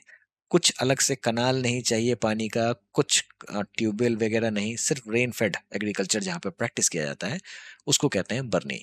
खरीफ, राबी, जायद, ये सारे के सारे क्रॉपिंग सीजन है ना। दोस्तों CHSL का सवाल है, विच of the following crop is not associated with dry land farming? Dry land farming होता क्या है? तो दोस्तों जहां पे कम बारिश होती है उसको ड्राई लैंड फार्मिंग कहते हैं, ठीक है। तो जूट जो है ये ड्राई लैंड फार्मिंग का पार्ट नहीं है। सबसे ज्यादा जूट कहाँ देखने को मिलता है आपको? वेस्ट बंगाल में, ठीक है, और बांग्लादेश में। बीच में बहती है नदियां, कौन सी? गंगा, ब्रह्मपुत्र, है ना। ऊपर से आती है तीस्ता, याद आ रहा है कुछ कुछ, ठीक है। इधर आके मिलता है दामोदर। ये सारे के सारे मिल जाते हैं और ये सागर आइलैंड सुंदरवन में जाके गिर जाते हैं। और ये पूरा का पूरा जो एरिया है यहाँ पे होता है जूट का खेती। याद आ रहा है? विच of the following is not a feature of subsistence farming? निम्नलिखित में से कौन सी आत्मनिर्भर सबसिस्टेंस कृषि की विशेषता नहीं है? ठीक है, सबसिस्टेंस यानी कि जिंदगी जीने के लिए बस चाहिए, ठीक है। मैनुअल एग्रीकल्चरल प्रैक्टिस भाई है। यूज ऑफ फैमिली लेबर बिल्कुल है, लेबर इंटेंसिव होता है। Use of high and machinery ये कहाँ से होगा दोस्त, ये तो है ही नहीं, है ना। तो ये ऑप्शन हो गया आपका गलत। Which type of farming is practiced in hill regions by cutting slopes into steps, यानी कि पहाड़ों में इस तरीके से टेरेस फार्मिंग आप करोगे। आंसर कहाँ है, यही है क्या, है ना, टेरेस फार्मिंग, ठीक है। Which revolution in India is associated with the growth of fishing industry, बताइए, फिशिंग के लिए blue revolution is the right answer, है ना।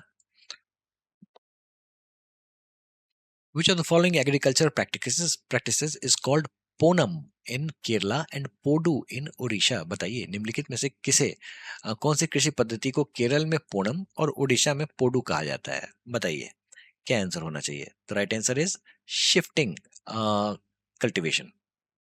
देखो केरला में तो पोनम जो है वो हमने अभी तो याद ही नहीं किया था, ठीक है, तो पहली बात, और पोडू नाम सुना सुना लग रहा है, ठीक है। आंध्र प्रदेश में हम लोगों ने देखा था, क्या देखा था, तो हम लोगों ने देखा था पेंडा, पेड़ा, इससे याद किया था ना। और पोडू वहां भी देखने को मिलता है, ठीक है। और उड़ीसा में भी, उड़ीसा में हम लोगों ने और क्या क्या देखा था, तो देखा था पेमा डाबी, याद आ रहा है। इसके अलावा ब्रिंगा, और क्या देखा था, पेमा डाबी ब्रिंगा, और पान का डब्बा हो गया, पेमा डाबी ब्रिंगा और कॉमन, यानी कि कोमन, कोमन याद आया। ओस अमन और बोरो, ये सवाल मुझे हर बार दिखता है, ठीक है। Are important crops of which of the following states in Assam, west Bengal and Odisha, बताइए भाई साहब। देखो ये तीन, मतलब एक साल में 3 बार हम लोग खेती कर सकते हैं, किसका, तो धान का, पैडी का, समझ में है। Which of the following, which of these agricultural regions is best known for the rice wheat cropping system, निम्नलिखित में से कौन सा कृषि क्षेत्र चावल गेहूं फसल प्रणाली के लिए प्रसिद्ध है, बताइए। इंडो गैंगेटिक प्लेन, है ना, सीधी बात है, सबसे ज्यादा फर्टाइल है, क्यों, क्योंकि नदियों के द्वारा लाया गया एल्यूवियल सॉइल यहाँ पे मिलता है। In which state is the shifting agriculture known as jhum, किस राज्य में स्थानांतरित कृषि को झूम कहा जाता है, तो झूमे जो पठान आसाम में, नॉर्थ ईस्ट में, है ना। झूमेलो एक फोक डांस है, याद है, कुछ याद आ रहा है, झूमेलो, झूमेलो है उत्तराखंड का फोक डांस, ठीक है। पूछते हैं सवाल। Green revolution technologies heavily relied on inputs and were scale sensitive. Why did the small marginal farmers face challenge in adopting green revolution technologies? हरित क्रांति की तकनीकें महंगे इनपुट पर आधारित थीं। छोटे और सीमांत किसानों को इन्हें अपनाने में कठिनाई क्यों हुई, यार तुम खुद का आंसर खुद ही दे रहे हो, ठीक है। चलिए देखते हैं क्या है। एक्सेस अवेबिलिटी ऑफ लैंड, ये तो है ही नहीं भाई साहब। High input cost and credit inaccessibility, अधिक लागत और ऋण की कमी, भाई यही तो कारण हो सकता है, यही तो पूछ रहे हो तुम, ठीक है। स्कार्सिटी ऑफ एग्रीकल्चरल लेबर्स, बिल्कुल नहीं। Limited demand of food grains, ये भी नहीं। In 2024, India became the world top milk producer with a production of 239 million metric tons. Which government initiative significantly contributed to this achievement? 2024 में Bharat 239 million metric ton दूध उत्पादन के साथ विश्व का शीर्ष उत्पादक बना, किस सरकारी पहल का महत्वपूर्ण योगदान रहा। दोस्तों इस स्टेटमेंट को बहुतों ने गलत किया है, उन लोगों ने लगा दिया ऑपरेशन मिल्क, ठीक है। तो नहीं दोस्तों, ऑपरेशन फ्लड जो है वो नहीं है, ऑपरेशन मिल्क अलग चीज है, ठीक है। The right answer is national, ये राष्ट्रीय गोकुल मिशन, ठीक है। इंपॉर्टेंट है, इसी को प्रमोट करना है, ठीक है। नेशनल गोकुल मिशन का काम क्या है, तो नेशनल गोकुल मिशन का काम है जो भाई मिल्क के प्रोडक्शन को बढ़ाना है। इसके अलावा इंडिजिनियस, इंडिजिनियस जो हमारे देश में ही मिलते हैं वैसे ब्रीड्स, उनको आगे बढ़ाना है, ठीक है। जैसे साहिवाल, ये सारे जो है ना, उन सभी को आगे बढ़ाना है, गिर, Sahiwal. India's dependency of food aid reduced after the Green Revolution. Which US program had earlier provided wheat aid to India? The right answer is PL480, Food for Peace. समझ में आया, किसने शुरू किया था, तो यूएस के प्रेसिडेंट ने, क्या नाम था, तो आइजनहावर, उसी ने स्टार्ट किया था ये, समझ में आया। बस आगे भी है सवाल, देखते हैं, हाँ है, कितने सवाल हैं, बस कमी है अब। Chemical fertilizers were used intensively during the Green Revolution. What was the result of their over use? हरित क्रांति के दौरान रासायनिक उर्वरकों का अधिक उपयोग किया गया। इससे अधिक प्रयोग का क्या परिणाम हुआ? तो दोस्तों, एक तो पहली बात, बताइए, यहाँ पे ऑप्शंस के हिसाब से चलते हैं। तो देखो, ऐसा है, जो केमिकल फर्टिलाइजर ज़्यादा छिड़क देने से क्या होगा? फ्लडिंग आएगा? नहीं आएगा। सॉइल की सैलिनिटी बढ़ जाएगी? बिल्कुल बढ़ जाएगी। क्यों? क्योंकि इरिगेशन भी तो बहुत ही हाई था ना। ठीक है। हाई वाट पेस्ट रेसिस्टेंस ये भी हो सकता है, लेकिन we will go by soil salinity. ठीक है। और क्रॉप डाइवर्सिफिकेशन तो बिल्कुल नहीं हो सकता। तो दो ऑप्शन हमारे पास बचते हैं। We will go by soil salinity. क्यों? क्योंकि जब आप फर्टिलाइजर डालोगे तो फिर इरिगेशन भी ज़्यादा करोगे, इरिगेशन ज़्यादा करोगे तो फिर सॉइल में सैलिनिटी आएगी, है ना। लैंड का डिग्रेडेशन होगा। Slash and burn agriculture is known as dash in Madhya Pradesh. बताइए, बेवार कहाँ गया? ऑप्शन क्या है? ब्रिंगा इज इन ओडिशा, तो ये तो आपको पता चल ही गया होगा। दहिया एमपी, यही पूछ रहे हैं ना? वो तो क्या आंसर? ठीक है। कोमन ओडिशा, ठीक है। और पामाडाबी ओडिशा, है ना। Which are the following pairs of slash and burn agriculture and its state is correctly matched? चलिए, मैच करना है आपको। आरपीएफ में इस बार बहुत ज्यादा इससे सवाल पूछे। पोमल्यू राजस्थान, चलो ये नहीं पता हमें, ठीक है। कुमारी आसाम, क्या ये सही है? नहीं है। ब्रिंगा तमिलनाडु, नहीं, ओडिशा है ना। कुमारी कहाँ पे है? तो वेस्टर्न घाट है। पेंडा आंध्र प्रदेश, सही जवाब। यानी कि पोमलू राजस्थान, ये भी गलत हो गया, है ना। तो Penda is in Andhra Pradesh, Podu is in Andhra Pradesh and Orissa. Which crop is referred as the golden fibre in India? Bharat में किस फसल को स्वर्ण रेशा भी कहा जाता है? तो दोस्तों, स्वर्ण रेखा जो है वो जूट को कहा जाता है। क्यों? क्योंकि ये गोल्डन कलर का दिखता है। ठीक है। बस इतना है। कहाँ पे ये सबसे ज्यादा जूट का प्रोडक्शन होता है? तो वेस्ट बंगाल, बिहार, आसाम, मेघालय। ठीक है। चलिए, इसी के साथ आपका एग्रीकल्चर चैप्टर हुआ खत्म।